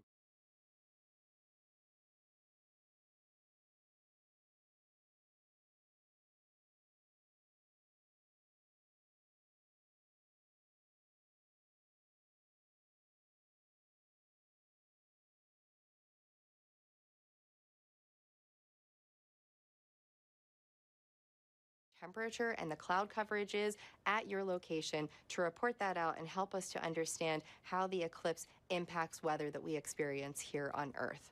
Now, Sun Sketcher is another project that NASA is offering where you can actually help us to determine kind of the shape and the size of the sun during the eclipse as well. And then finally, soundscapes. So sounds change during the eclipse. And what I mean by that is that wildlife and nature around you may change. And so you have the opportunity to really help us to understand what those sounds are that you're experiencing, whether birds kind of start to nest and chirp and go in, if the crickets come out as well. Got to pay attention to everything around us. Paying attention to the roads here, things continue to be nice and clear. But whether there's traffic or not, TxDOT is warning drivers not to stop on the side of the highway. And you were just listening to live coverage from our station KWTX. We have Texas covered. Yeah, we sure do. One of the first places in the entire country to see totality. That is happening very soon. Yeah, we're going to take you to Eagle Pass, Texas, where we find KGNS reporter Lisa Lee Garza, and she is live now with us. Lisa, it looks like things are switching up a little bit behind you in your background from the last time we saw you. What are you experiencing out there? Yes, definitely a total change, right? Heat wave, as y'all can see, it is much darker. We had to put up a light so y'all can see us a little bit clearer. People are all looking up at the sky right now. It is super cloudy. We have been getting some breaks in the clouds. Right, heat wave, we have been seeing the moon go in front of the sun. It is very exciting. We're 8 minutes 43 seconds away. It's total in Torreon right now at 1:23. It will be total in Monclova, and then here a little bit after 1:27. And The temperatures come down just a little bit, and now that we don't have the air rising as much, some of these low clouds are actually starting to fade away. What's making the sun a little dim is we have a deck of high, thin cirrus clouds, thin enough we're able to see the sun. Heat wave, and I know it is just a tad bit chillier. Have we seen maybe a change in temperature, or when will we be able to know that change? Well, with the cloud deck that we had, it didn't warm up a whole lot, and it's windy, so the air is being mixed a lot. So I don't think we'll see a big temperature drop, but it's come down a couple of degrees from where we were a half hour ago. All right. And then just a little bit about what we're seeing. Everyone is just looking up at the sky, hoping they see the eclipse. It is really cloudy out there, so hopefully we get some breaks in the clouds before we hit totality. Right now, we're next to the lake, Maverick County Lake. Heat wave. 7.5 minutes, and it's getting darker, but it will get dark very quickly from the southwest in the last 30 seconds or so. This shadow is moving at 1,600 miles an hour. Very fast, which is also causing some type of impact on the wildlife here at the lake. We do see that some ducks, they look like they're sleeping and they're hiding in the brush. Everything seems to be very calm and windy, very quiet. Heat wave, very different than what it was a couple hours ago. Everyone was really loud, very excited, but everything seems a little bit different. I think we'll see even more excitement in another 6 minutes and 46 seconds. Oh yes, heat wave. So we will definitely be bringing you this coverage again. Eagle Pass is the first city in the United States to experience the full totality here along the path, so that is very important. There has been people from all over the world that have been coming to visit Heatwave. We spoke to some people from Germany, Jerusalem, even people from Laredo, which is a drive. Eagle Pass is a border town with a little bit over 28,000 people. Pennsylvania, Sacramento, California. Oh yeah. People flock to see the sun go to totality for the first location in the U.S. Very exciting. 4 minutes and 32 seconds, is that correct, heat wave, for the totality? 4:24, 4 minutes 24 seconds, and we reached totality in 5 minutes 57 seconds. So the countdown is definitely on. Everyone is super excited. All the ducks are asleep, but we'll be keeping an eye on this eclipse with our SafeWear. That's all we have, right, Heatwave? We'll toss it back. Monclova goes total in about a minute and a half. All right, we'll keep y'all in touch. He's tracking it minute by minute. I love it, and I love to see the change. I mean, my gosh, it really does look like it's evening time right there. The ducks are in the brush. The ducks in the brush. That's all it says for you. That was Lisa Lee Garza and, of course, Chief Meteorologist Richard Burler from our station KGNS in Eagle Pass, Texas, the first place in the U.S. to reach totality. You're looking at our eclipse map. It shows the full path of totality, stretching roughly 4,000 miles from Mexico to Canada, hitting 15 U.S. states along the way. Now, those lucky enough to witness totality could see up to 4 minutes and 28 seconds of darkness. The length of time depends on where you are. Lucky guys out there in Waco, Texas, that we just saw 4 minutes and 24 seconds, they said. There is a lot to know about the Great American Eclipse. Deborah, I know you were able to go to the Smithsonian National Air and Space Museum. What'd you learn over there? She knows where I'm at. So I sat down with Marielle O'Brien, and she teaches people about the planets. That's her whole job. It's fascinating. So listen to this. It's the Super Bowl, the World Series, the Stanley Cup. Kind of everything in one. Marielle O'Brien fell in love with space at age 6 when she looked through her first telescope. Now she's an astronomy educator. Here are the top 5 things she told me about the Great American Eclipse. What is a solar eclipse? So a solar eclipse occurs when the Earth, the Moon, and the Sun all line up so that the Moon blocks out the Sun for a short period of time in the sky. Now the Moon is much smaller than the Sun, of course, so it's about 400 times in diameter smaller than the Sun, but its Sun is also about 400 times further away. So we have this cosmic coincidence where they take up the same amount of space in the sky. If you don't live in the path of totality, can you see anything? You absolutely can, but here the maximum eclipse will happen at 3:20 p.m. We'll be about 89% covered. 31 million people live in what's called the path of totality, meaning they'll experience the total eclipse. The rest of the country will see a partial eclipse. It all depends on where you're at. Next, how rare are eclipses? We actually have solar eclipses somewhere about 2.3 times per year. However, they're not all total, and also they often happen over uninhabited areas, such as ocean. They're not actually rare, but it's rare to see one where you live. How long will this last? This one will be almost 4 minutes. So sometimes the moon is closer to us, sometimes it's further away. So we're lucky that this eclipse is at a time when the moon is a little bit closer to us on Earth, and so it takes longer to cover the sun. And what makes an eclipse so special? It's a very moving experience because you see the eclipse, you feel it get cold, maybe crickets chirping if it's the right season. You feel the wind pick up. You see stars in the sky that you wouldn't see in the daytime. So you really have this multi-sensory experience. Before we leave one of the world's most popular museums, we have to show you why so many people make this a must-see when they come to D.C. We saw the spacesuit Neil Armstrong wore when we took one small step for man, one giant leap for mankind on the moon. And sometimes visitors will ask us, is this model, this can't be real, but this is actually real? We checked out lunar roving vehicles, parts of the actual rockets used to launch astronauts into space, and we even got a feel for what it'd be like in Armstrong's moon boots by virtually visiting the moon. I just loved going there. If you haven't been to that museum, it is one of the most visited museums in the entire country. But you guys can't see much about this museum or anything, can you here?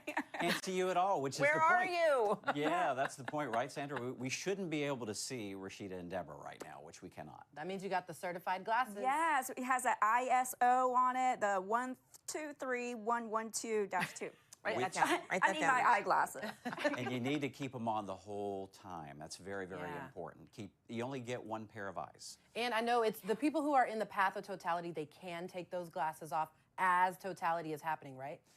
If, you know, it depends on what your preference is, but we encourage you to keep them on the whole time, if at all possible. Yeah, you know, and I did hear a story about a lady who had faulty glasses, and so she ended up looking at the sun too long, and she ended up getting eye damage. So you need to make sure I don't like that. Better safe than sorry. Real deal. Ooh.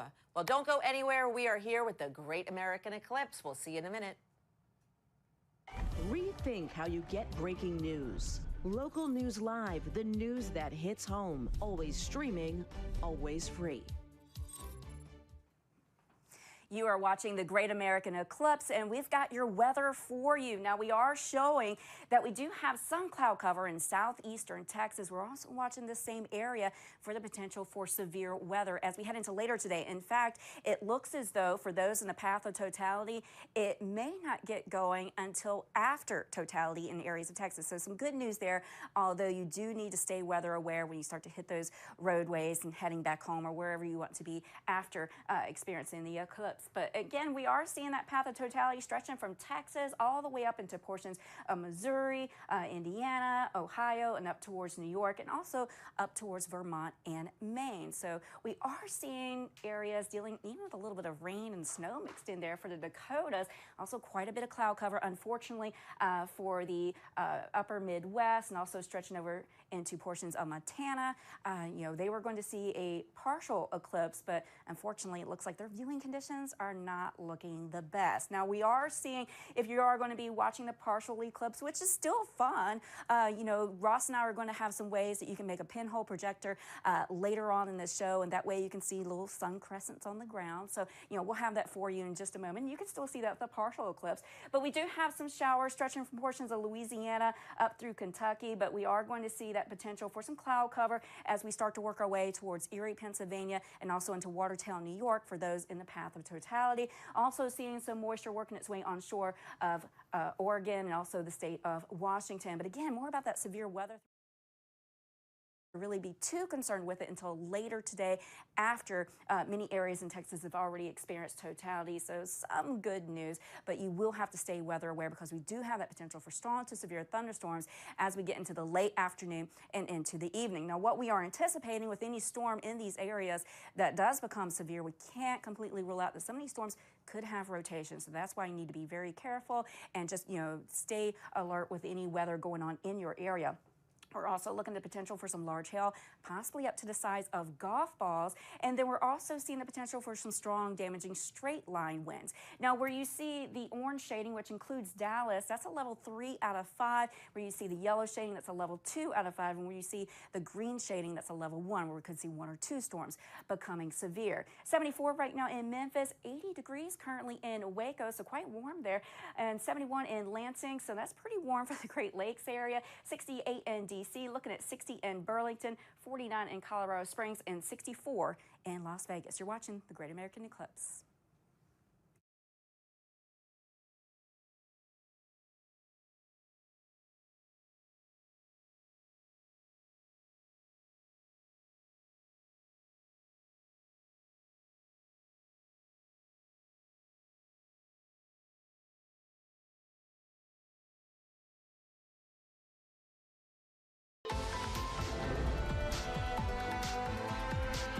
Welcome to this special edition of Local News Live, the great American Eclipse. I'm Deborah Alfarone. A little bit too crazy right now. Yeah. We're having a good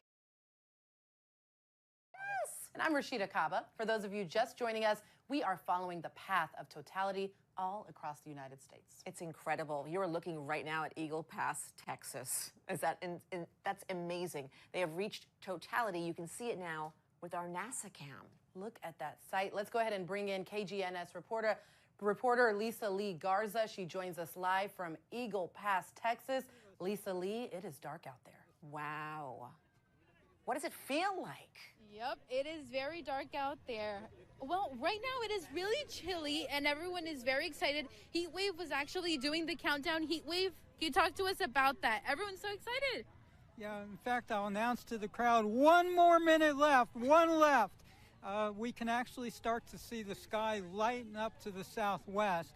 It's still 55 seconds to go, but you can already see the clearing. But the last half minute or so, the darkness just rolled in very quickly, we got a nice view of Venus at about 4 o'clock on a clock dial from where the moon was, which was really neat. Heatwave is really excited, and all of us here in Eagle Pass at Maverick Lake is very excited. Now, we do see that it is fairly quiet out here, Heatwave. Some of the animals they appear to be asleep. Everything seems to be quiet. It feels like nighttime, but that will quickly change, right, Heatwave? Yeah, it will. In 10 seconds, the sun will start to emerge again. And you can see how it's already starting to lighten up. The animals may have gone quiet, but the humans certainly made a racket.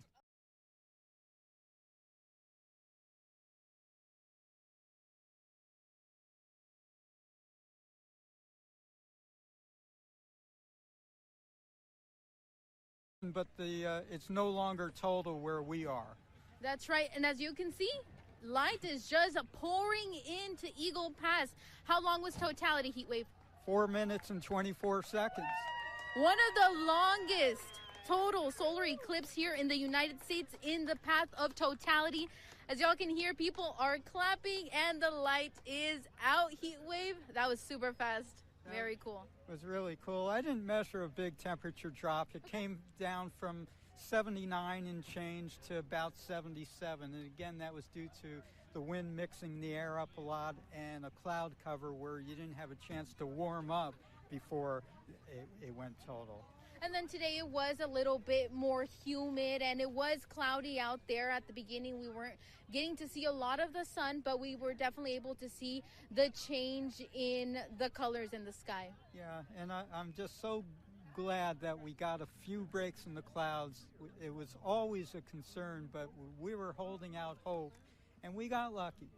That was a perfect, Heatwave. What did you think of it? This is your second eclipse, right? Yeah, the other one was in 1979 when I worked in Duluth, Minnesota. I drove to Winnipeg, Manitoba, and there it was kind of cool because it was bright and sunny, and we were looking out over the prairies, so instead of just seeing the darkness in the sky roll in, you could actually see the shadow on the prairies, on the plains, racing across the ground towards us. All right, thank you, Heatwave. That was it for us here in Eagle Pass with a total solar eclipse. Of course, we will have a wrap here in a couple more minutes. So we'll toss it back to you. Just incredible. He is the show. I just love the way he counted us down, counted us in. And to see that happen live, it went from dark to light, back to dark and light. And then, you know, Sandra had said that people become in awe of this amazing phenomenon. I will say that I was speechless for the first time in my life. I mean, it was amazing. And all this fun is going to continue because our next stop is to Waco, Texas. The city is now fully in the moon's shadow. So let's go ahead and join in on the coverage from our team, KWTX. Okay. Anyways, we gotta wrap so that we can get on with Totality. Live in Hillsborough, Allie Cadlebar, KWTX News 10. All right.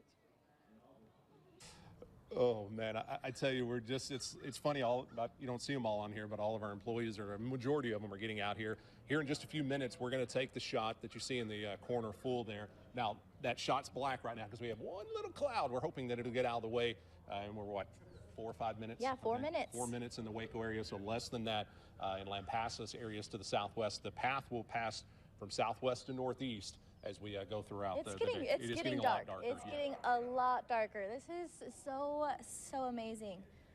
Okay, so yeah, we'll actually take a look at our totality map right now just to give you guys one last look of the times that everything is playing out here for today. Again, about 1:38 in Waco. The further northeast you travel, a little bit later, our southwestern counties already ongoing. Lampasas Lando just got into Lampasas in the next minute. Next minute, probably 30 seconds we're or going to less. take this shot full here in just a second, and you're just going to hear me and Jillian kind of talk over it. And if you weren't out and about, and we advise, if you want, just again, go to our YouTube page, search Degrees.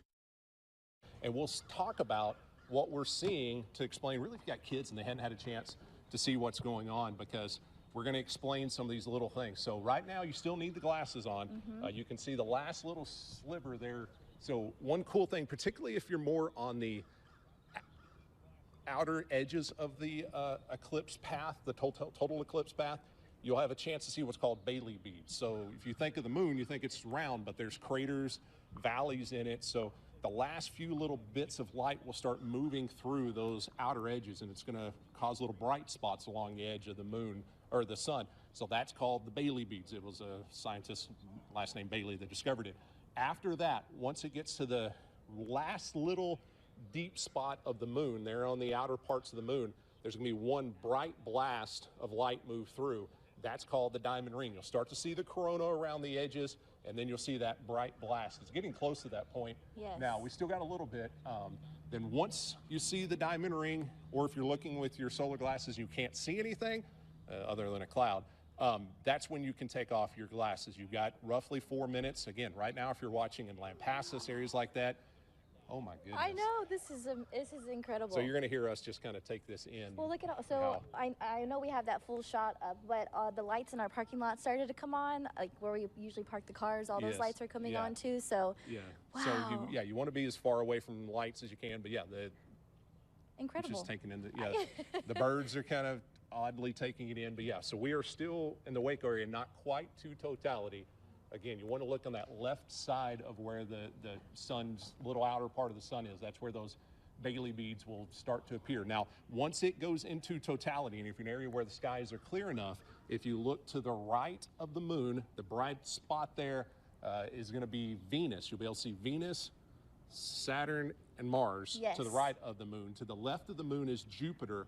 Now, between Jupiter and the moon, you've got the chance of seeing a comet. Now, the clouds may restrict that some, but there's a comet called the Pons-Brooks comet that will have the possibility. And again, we are now in totality across parts of Central Texas, and you're going to have the chance. Shadow bands on the ground. Yes. Oh, yeah. Wow, that is so cool. So right here, we're getting close to the potential where you may be able to see the Bailey beads, and then that diamond ring effect will go. You still want to keep your glasses on right now. That there's still enough. You don't think there's a lot of sunlight, but enough that could to cause issues. Wow, so we're getting to the point where the corona should start to show up. You may notice the low clouds going away gradually. Oh, the corona's starting to appear. All right, so here comes the diamond ring effect. Should be right about now. We can hear people cheering on the other parking lots. Oh my goodness. How incredible is that? Wow. Okay, so to the right, man. of, you're not going to see it on the TV if you're outside, that bright dot to the right, that is Venus. If you look off to the left, about twice as far away, that is Jupiter. Somewhere between Jupiter and the sun, closer to Jupiter than the sun, you may get the chance to see the comet Pons-Brooks comet. I don't see it from where we're looking right now. Wow, but look at the, I mean, so you think to the left with that? Yeah, so that would be Jupiter? It should be just on the right of, oh, wow. Wow. So again, folks, if you can get outside, we'll talk you through this, but take it in. We have, most of us lucky enough to see this. And what you're seeing in the wispy, oh, now you see some little brightness there, kind of on the bottom part of the sun there. You may well see it. That's a little bit of a solar flare going on there. Oh, yes. So the wispy outside part is what's called the corona. That is the outer atmosphere of the sun, something you cannot see on Earth if a total eclipse isn't ongoing. So that is the kind of the plasma shooting away from the sun, and we are lucky enough to get the chance to see this. Wow. I don't even think I have any more words in my vocabulary right now. Just wow. And you can notice it feels cooler. It does feel The cooler. winds have died down. I mean, like, just to remind everybody, it is 1:39 in the middle of the day, and it looks like this outside. Like, oh, just incredible. Yeah. Wow. And if you're on a higher spot, now the clouds may block it some, but it will look a little bit like a 360-degree sunset. So this is truly incredible.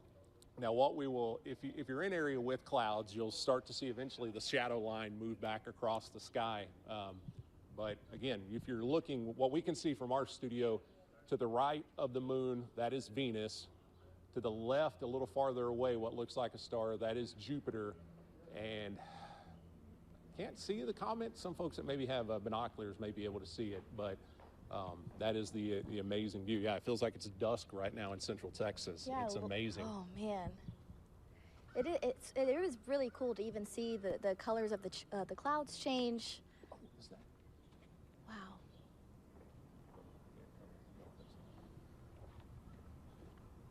Is that something? No, it was something on the TV. Oh, okay. We were seeing something. So again, we are in the midst of totality right now.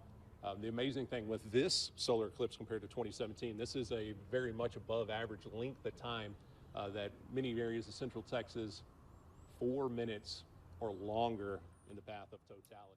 You were just watching live coverage, incredible live coverage from KWTX. Yeah, to be able to go alongside them was just amazing and get their actual emotional reaction. A lot of wows, and I was right there with them. Our next stop, Tyler, Texas. KLTV's Lane Lucky is live for us there. Lane, what is going on behind you? Oh, good afternoon. It really is starting to get exciting here. It's just almost a childlike innocence about this. The oohs and ahs coming from young and old and everyone in between. We really are just now starting to hit totality. It all of a sudden has just become very dim. I have chills right now, honestly. I was not expecting that. As you've heard from our other sister stations here in Texas, you feel the dip in temperature as well. And the dim is just almost alarming, the darkness here.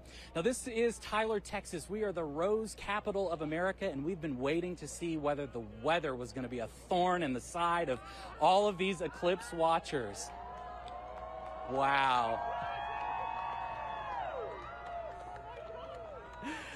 And you can hear all of the excitement, and it does look like the weather has cooperated. We've had clouds all afternoon, and there have been dips, but just at the moment of totality, the sliver of the sun is now appearing, and people are in awe here. You know, Texas was considered to be the place to be in the U.S. to witness the eclipse because, of course, the Lone Star State will see the longest duration of totality. And we are in it as we speak. We generally have really favorable weather, so this was a surprise today. You can actually see the street lights here in downtown Tyler coming on. It really feels like nighttime right now.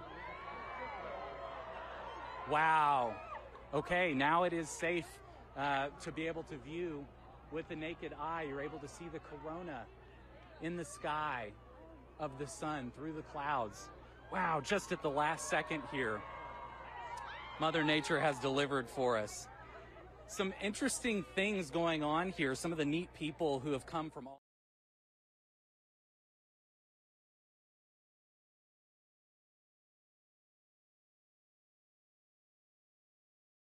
for a somewhat unusual reason. We've been in touch with several people named Tyler who are here for that reason alone.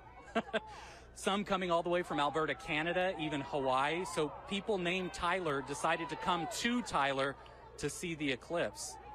Clearly, they're less interested in whether the weather is going to work out or not, and more about snapping selfies in front of every sign in town with the name Tyler on it. Now, of course, you may not know this, but Tyler, Texas is named for our 10th president, John Tyler, who was in the White House at the time that Texas became a state. So behind me right now is just a party atmosphere. People are looking up. Wow, it just is spectacular.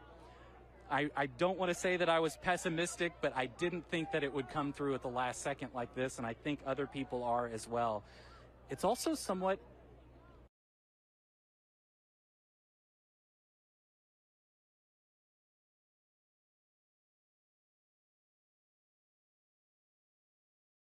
totality ends within the next minute or two. The party will pick back up. There's live music. And people are pleased with the show in the sky in Tyler, Texas.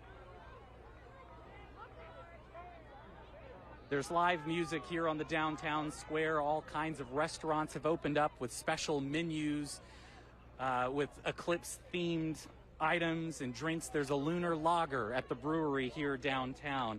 And so people are going to celebrate. What a memorable day this will be. It actually is quite interesting. Down the street from us, there's a picnic lunch on the lawn of an antebellum home that's now a museum. And this is actually one of the only buildings in Tyler that was standing the last time a solar eclipse was visible here back in 1878. So totality in Tyler today, truly a once-in-a-lifetime event for East Texas. The next time that we'll be able to see totality here in East Texas will be about 300 years from now, in 2343. So truly a once-in-a-lifetime opportunity. We are making the most of this moment in history in East Texas. Back to you. Lane taking us through. I am just speechless.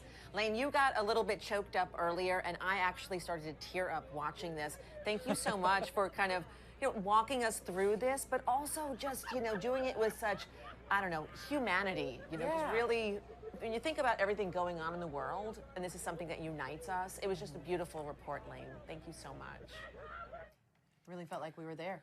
Oh my goodness, absolutely, but our coverage is going to continue in Jonesboro, Arkansas. Hey, let's go ahead and check in with our team at KAIT. They have some live coverage going on right now. Cherokee Village. Oh, you're starting to hear kind of a hush come across the crowd. Everybody is getting ready. We've turned off the music. We're getting ready for totality. Looking up, it is almost here. TV, Kason Daly couldn't be out here, so he is getting a shout out from his mother's here. Told me to go ahead and give him a shout out. So get outside and enjoy this nice eclipse. We have a fantastic view. Everybody is starting to get quiet. You can start to see the lights even brighter on the Ferris wheel. Everybody's getting ready for this total eclipse. I'll have more coming up in just a little bit live in Cherokee Village. Aaron Castleberry, back to y'all. All right, thank you so much.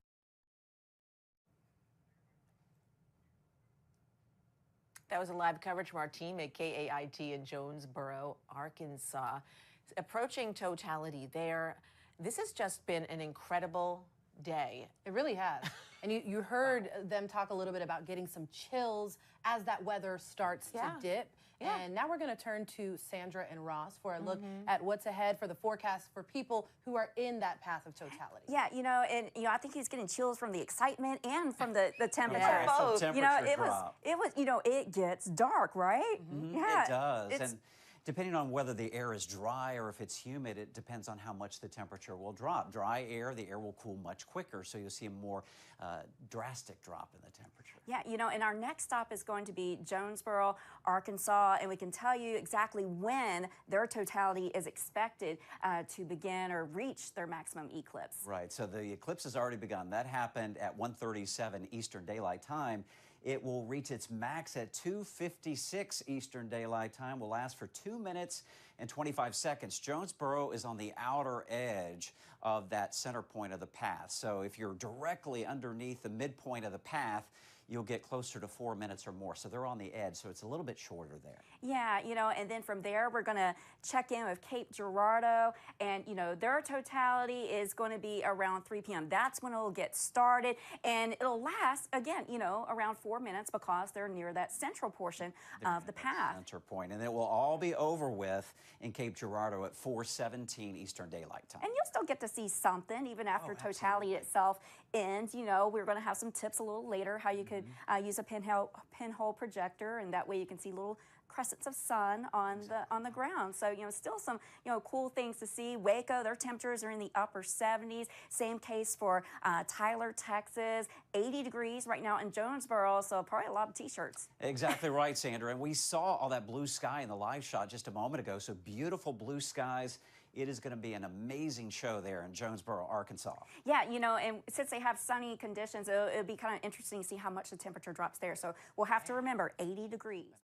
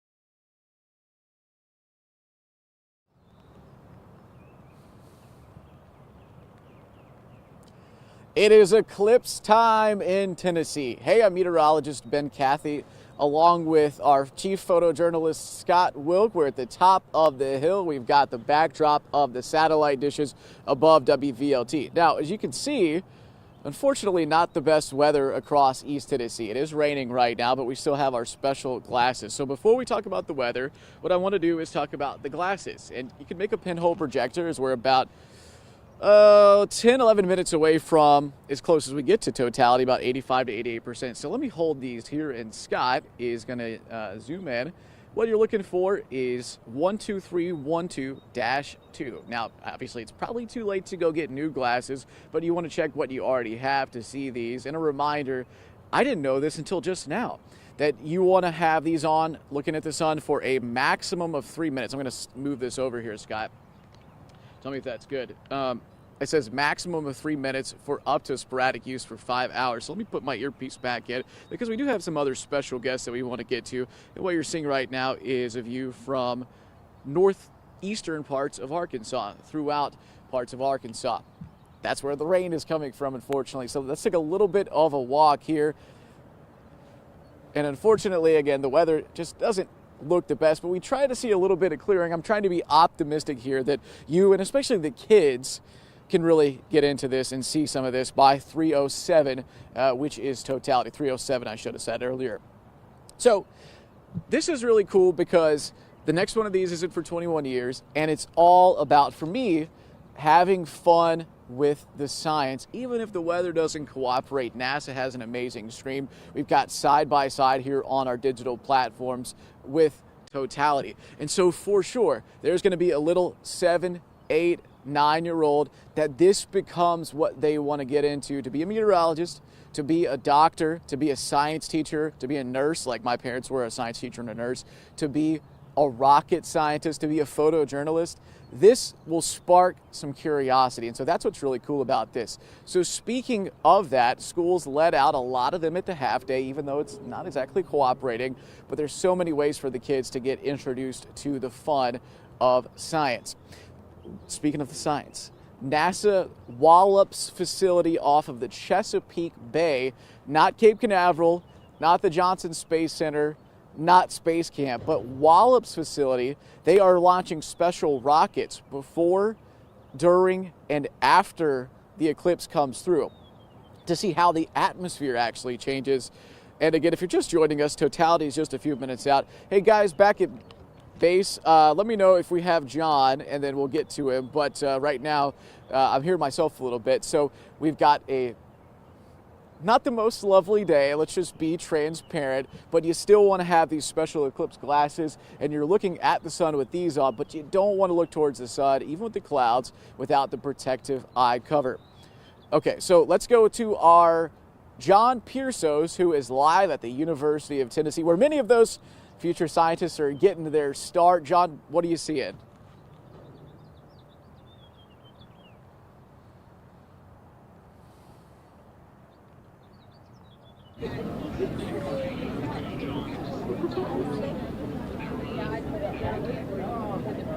I can only hear a little bit of what you're saying. Okay, we are back live on Bearden Hill, hoping for some window of sunshine. Now, even if we don't get it by 3:07, there's still about an hour and 15 minutes until about 4:23 after the 85 to 88% of totality that you'll be able to see something. So it's 3:02 right now, 5 minutes away from the peak here in East Tennessee.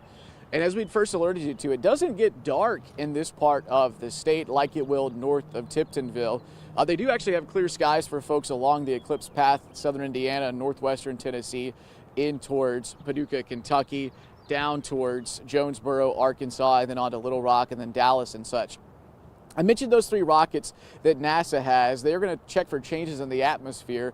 NASA also has a really cool space plane or space measuring plane, and so scientists are going to be controlling gyroscopes from the ground because this plane only has room for a couple of people, right? I actually tried to get a spot on the plane in a special meeting with some NASA scientists, and they're like, Ben, We can't even get on here because there's so few seats. Also, a couple of airlines, Delta and Southwest, had special flights going from Texas to around Pittsburgh that you would get a longer window in totality. If you're curious, the planes can't keep up with the speed of the eclipse, so it's just a little bit longer than totality on Earth. But we've got crews fanned out across East Tennessee. Our Lexi Lepoff, who you'll hear more from, she's at the Webb School. Our Caleb Heatherly, one of our photojournalists, is at Lakeshore Park.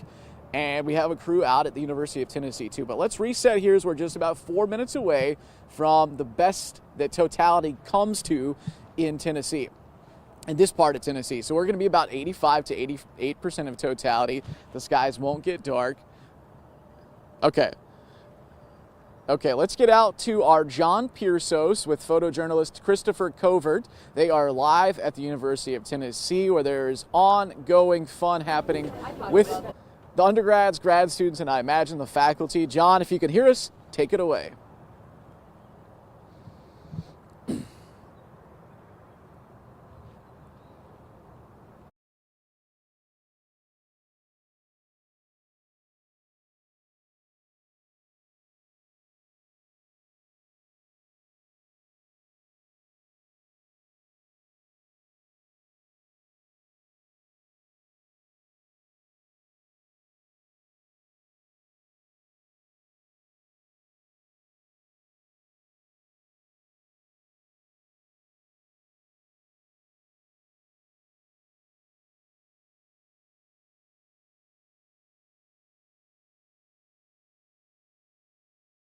Several days now, and of course we are having a lot of cloud cover at the moment, so no one can actually see the sun, no one can actually see the eclipse, unfortunately. But there was a moment maybe 10-15 minutes ago where we got a little break in the clouds and you could actually see the moon starting to move in front of the sun, maybe covering about 75% of it or so.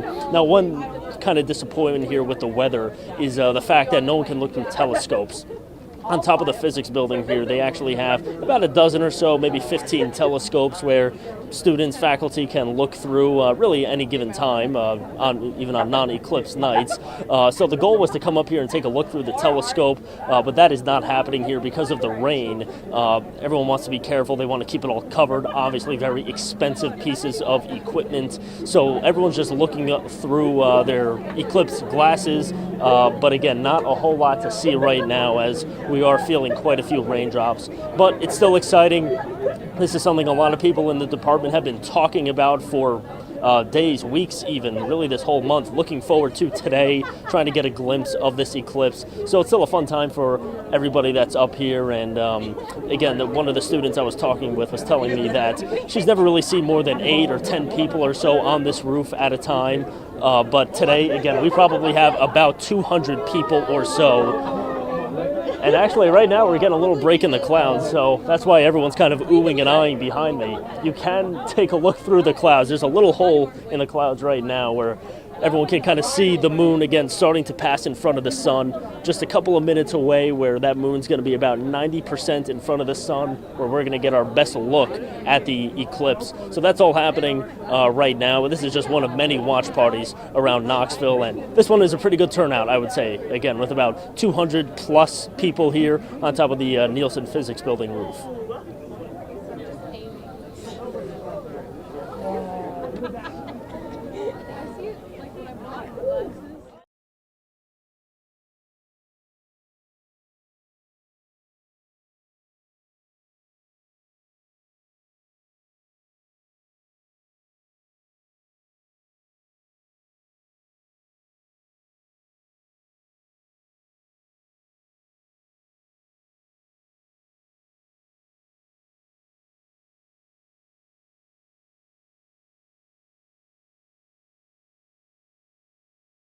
To see what they are looking at right now, I'm going to try and put a filter over this camera lens. Work with us. Here we go, Deborah, Rashid. I'm going to try this.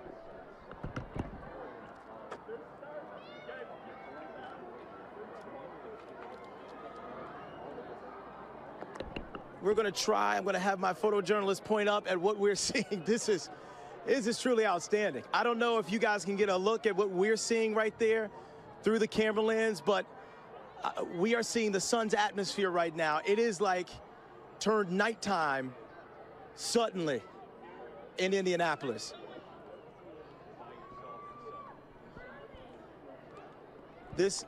And we're going to take this off because it appears it may be a little bit more difficult to achieve than we thought, and that's okay. That's live TV. But nonetheless, you can see and hear the reaction here in Indianapolis. Look, we've been talking about this for weeks now, but when you see this place get dark suddenly and this place cools down and the wind picks up, there is a dramatic, somewhat eerie and exciting moment that is palpable, that is really hard to describe, happening here at the Speedway right now. We are in a place that you don't see this many people at the Speedway unless it's Memorial Day weekend for the Indianapolis 500. And so the fact that we're seeing these, I mean, look at these kids. Look at the family members. Look at the babies. We have some folks here from Purdue University. We have astronauts here on site. We have, obviously, people just like us, storytellers and journalists here, just in awe right now. And it's really indescribable, guys. It really is. Well, Joshua. I mean, the stars are out. It's insane. Joshua, I just wasn't sure if you could hear me. It is incredible. And I'm wondering, because you have like a little jacket on, what's the weather like? Is it true? Is it getting a little chillier? It is indeed. In fact, you saw me just under an hour ago, and I had to take this off because it got hot really quickly. It was 72 degrees at last check. I believe we're now in the mid-60s, and it could be lower at this point.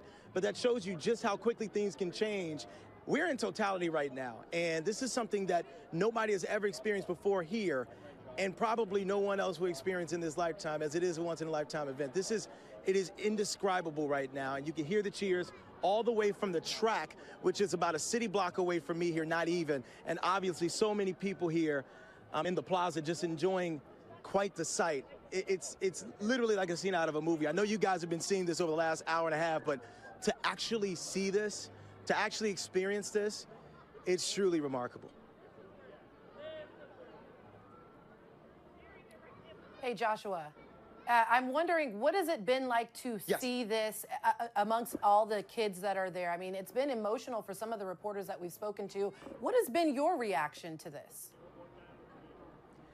I think that's the shocking part to me, honestly. When you're reporting on this for weeks and you're at the desk and talking about what to expect and what officials are saying and how cities are preparing, I think it's hard to stay in the moment and talk about why.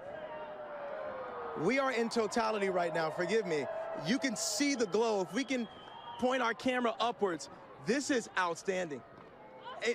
You just asked me to describe the moment, and I get a lump in my throat because what you're seeing right now is totality. And it is really hard to describe this. No matter how much we've prepared you, our viewers, for this, being in this place, in this space right now, it is heart-rending. It really is. Wow. He is getting emotional, just like we're getting emotional. Yeah. Joshua Short, we're going to let you take the rest of this in. You are doing a great job out there. Thank you for bringing that feeling to us. Yeah, certainly an emotional time to be out there. Yeah. Well, we're going to continue to chase the path of totality. Yes, so let's check in with our team coverage from our station WOIO in Cleveland, Ohio. It's dark. I mean, it really is, and it's even going to get darker, and it's a weird kind of feeling, isn't it, Nick? It absolutely. 3:09. So we're still 4 about minutes 4 away. minutes away. And you can see this is a live picture right now as the moon almost completely covering the sun. 3:13 to 3:17. It's 3:10 now, so we're 3 minutes away. Mm-hmm. And you just see everyone looking up with their safety glasses on at Crusher Stadium. And we have camera crews everywhere. We have a camera crew, as you saw, looking up at the sun.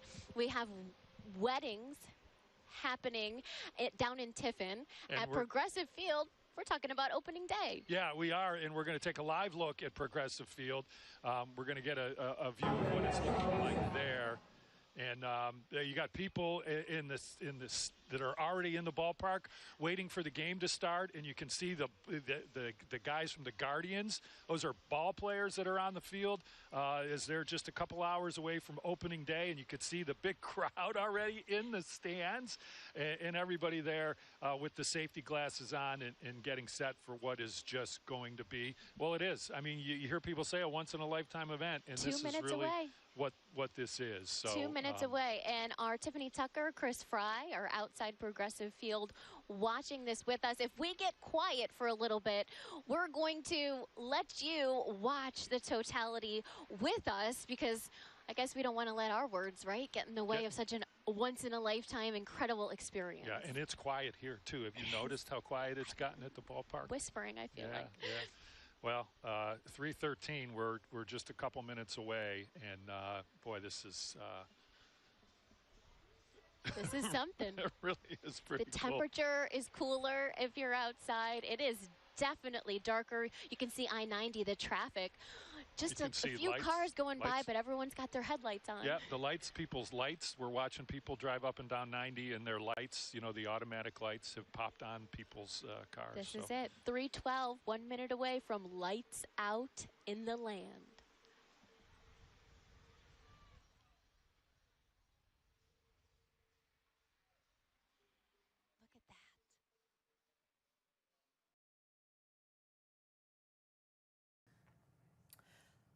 Well, the path of totality is headed up north, and that's where we find our national correspondent, Peter Sampa. He's in Niagara Falls, and Peter, I am just so excited. It was cloudy before, but what is it like now? Well, Deborah and Rashida, we are on a roller coaster, and we kind of want to get off of it right now. We'd rather just have some certainty. At this moment, we still have cloud cover. A few hours ago, actually a few minutes ago even, we had some peek through. As this eclipse was starting, you started hearing cheers around the grounds. Folks, here all day, we've gone through rain, clouds. They started to see some of that sun peeking through. It was so exciting. It felt magical for a moment. Now we're back to that cloud cover, unfortunately, but we're still hanging on. We still got a few minutes until totality is starting to set in.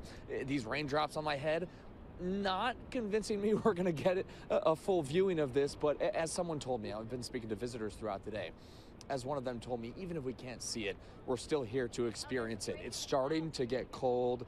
It is starting to get a little bit darker. So one way or another, these people are going to see something that we really are only going to get once in a lifetime, Deborah and Rashida. So this is fun nonetheless. We could do with a little bit better weather. I don't know if you guys can do anything on your end to boost the vibes here, but we're trying as best we can.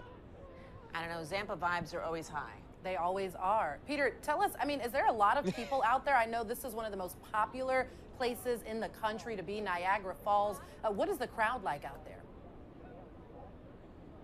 Yeah, I gotta say, I got the coolest assignment today. We'll have our photographer here, Tim, show you around. He's the best in the business. He knows what we want to see. We've had tents out here all day long. Earlier, there weren't that many people, but now it really is starting to fill in. It's that crowd that park rangers were expecting. I've been talking to them, asking for estimates. They didn't want to give one out, but you hear people throwing out numbers like 1 million. I don't think we're obviously there here at Terrapin Point. Tim's spanning the falls here. And we can also see over to Canada. We don't need to show them on camera, though. We're just doing fine here in Niagara Falls, New York. But I think we're now going to go over to Erie, Pennsylvania. Another cool setting for this totality eclipse. And my colleague, Molly Martinez, another one of the best in the business. Wow.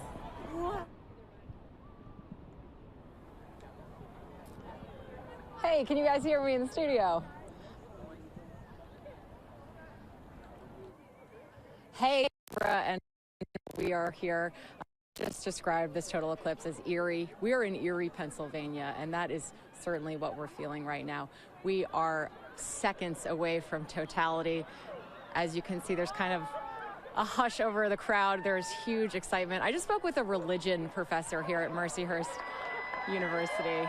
You hear the excitement of this crowd. We're going to dim the lights a little bit here so we can really experience what is going on. Oh my goodness, that is unbelievable.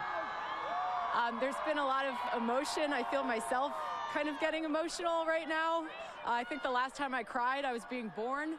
But this is really I spoke to a religious studies professor here earlier, and he was talking about what civilizations thought this was before we had an understanding of the science behind the eclipse. And almost all of these civilizations kind of viewed this as a bad omen. Ancient civilizations believed it was the dragon eating the sun. Thousands of years ago, some believed they had to pick up and leave as an exodus. The Incas believed displeased with the sun, so they would do sacrifices. But as we know now, obviously, this is science, and the people that I spoke with today are so excited to have this be a moment for science to really galvanize of young scientists. And let me just say, this is unbelievable. This is unlike anything I have ever seen. We are in totality right now. You can see the corona coming off the sun. Again, we are in Erie, Pennsylvania. There are hundreds of people here experiencing this absolute phenomenon. You know, we've been preparing for this eclipse for a month now. We knew it was coming, but nothing can describe actually experiencing this. We're here with one man who this is his third eclipse, and he said that when you see an eclipse, you're going to spend the rest of your life chasing total eclipses, and I totally understand that now. This is really an unbelievable moment. Thanks, Great Television, for putting me on this assignment. This is a great one. But this is just absolutely unbelievable. And like I said, I feel myself getting emotional. This is unlike anything I've ever seen. And so much of the United States experiencing this. Like I said, this eclipse in totality is kind of like a seatbelt across the United States. We are at the top, we are at the shoulder experiencing sort of the tail end of this eclipse. But what a gift it is to be able to experience this firsthand. I'm going to send it all back to you. Certainly a gift for us to be able to experience it alongside her as well. And Peter Zampa is standing by. We just had him on earlier in Niagara Falls, New York. Peter, what's it looking like as you guys are reaching totality? Yeah, guys, I'm just speechless. I know I have to talk to you, but this is leaving so many of us speechless. We're starting to hear a lot of those cheers now because we are in totality. It is just pitch black. You can't imagine anything like this unless you're there living it, which we are lucky enough to do right now. We actually, guys, I know I was just talking about begging for that break in cloud cover. We got it just before that moment of totality. So as we said, while we're not seeing the actual eclipse right now, we are all feeling it, we are experiencing it, and that's what this is all about. You've got kids everywhere. You've got thousands and thousands of people seeing something they've probably never seen before, asking all of these cool questions. Why is this happening? The governor of New York is here with us. We've got astronauts walking around. It just does not get much cooler than what we are seeing right now. Again, just pitch black. I don't know, Tim, if you can help us scan out on the crowd right here, but also look across to Niagara Falls, Canada, if you can, Tim. That's a city that is just completely lit up right now. It's not supposed to be. It's supposed to be 3:30 in the afternoon. We don't have sunset for another few hours usually, and it's just a city at night. It looks like it's just over there, the nightlife is going crazy, but the reality is this is just a phenomenon in our universe that we are so lucky to be living through. The crowd is cheering again because we're starting to get a little bit more of a peek through. It's still hiding just a bit, but folks are able to see a little bit more now. Again, all day long, we've just been begging for these clouds to go away. At the big moment, they didn't give in to our demands, but it is still a very, very cool thing to see. Again, one of those things that a lot of folks just won't ever see again. So we are lucky to be here, surrounded by all these people who just wanted to see something different, something special that they've never seen before in their lives. We'll give you one more pan around this crowd. You've got all the phones out. Again, kids everywhere on the Niagara Falls. Just such a special place to be for this moment. One of the most iconic settings in the United States of America. And we get to be here for an event that's not going to happen for another 20 years. It really just does not get much more special than this, and you are starting to feel those vibes really pick up as we're getting a little bit of a peek through, guys. We thought it might happen. Oh, how cool is that? The moment of totality, and the clouds go away on the cloudiest day in history, rain, and we got a glimpse of a total solar eclipse. And these people are rightfully going nuts for it. That is just as cool as it gets. And they all deserved it too. I mean, these people have been here for hours now.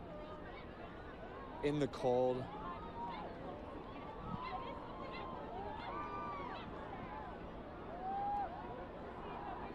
Just so cool.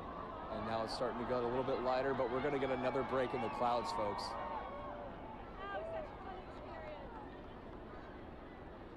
And just like that, we're back to dawn.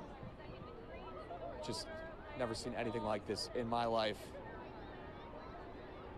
On Niagara Falls, a total solar eclipse. And we do have birds behind us going a little crazy. I know when we were building up to this, a lot of folks were wondering how animals were gonna react. Hey, Tim, I don't know if you can get that. They're going pretty quick, but they, like us, had no idea what was going on. I think it was a special moment for these seagulls behind us as well. But just an amazing, amazing event here on Niagara Falls, guys. Now, Peter, we heard Molly say earlier that once you see one eclipse, you are now an eclipse chaser. Yeah. Now, is this the truth for you? You've now experienced it. I saw you get a little bit emotional there. Is this something you're going to continue to do? I mean, why not? You heard how excited I was. It's just, you think, okay, it's going to get a little dark. It gets dark every night. That's fine. But what we just experienced here, and also, if you believe in higher powers or what have you, the fact that it just came out through the clouds while in totality, after, again, we had the cloudiest day ever, it is just such an unbelievable feeling. So am I going to go in 2044? You betcha. Somewhere. All right, we're going with you, for sure. Senior national correspondent Peter Zampa taking us through totality in Niagara Falls, New York. Thank you. Oh, I'm just a little speechless there, but we're going to go now and check in on our team coverage from our station, WOIO in Cleveland, Ohio. The eclipse was the best part of the day. Sam's reaction was the second best. If anyone ever questions how passionate she is. Really is. All our meteorologists are. Absolutely, absolutely. Yeah. And I know they were talking about those Here Comes the Sun was playing at Progressive Field. Total Eclipse of the Heart was playing here right. At Crushers Stadium. And I think we're going to go inside to Leah Doherty, who is on the field at Progressive Field. Leah, we heard the emotions outside from Jason and Tiffany and Chris and from Sam and from even Nicole and myself, who were just awestruck by this. What was it like there in the ballpark? You guys, it really was such a special moment where it felt like time really stopped. We're here getting ready for a baseball game, the Guardians and White Sox home opener here, first pitch at 5:10, but for a brief moment in totality, the White Sox players came out, the Guardians players came out, and everybody just stood out here and watched. The guys were on their phones taking pictures, everybody had their glasses on, and it was just a moment where time stood still. Now we're back to business as usual, right? We're getting ready to a game. The Guardians and White Sox actually changed their batting practice schedule today to be able to make time for this moment. But I'm here with Mark Schwab and Ashley Holder, and we all just stood together in awe watching this solar eclipse. We couldn't have asked for better weather. I know we've been talking about that, but for baseball in April right here in Cleveland, the conditions have been incredible. What a moment that we were here able to witness, and we're only getting started because the fun continues. First pitch at 5:10, Guardians home opener between the White Sox and the Guards here. The fans are in the stands. Gates opened at 2 o'clock, so they were able to make their way in, but what a special moment that we were able to witness live at Progressive Field. Leah Doherty, 19 News. Look at the sun shining in the ballpark, just like here.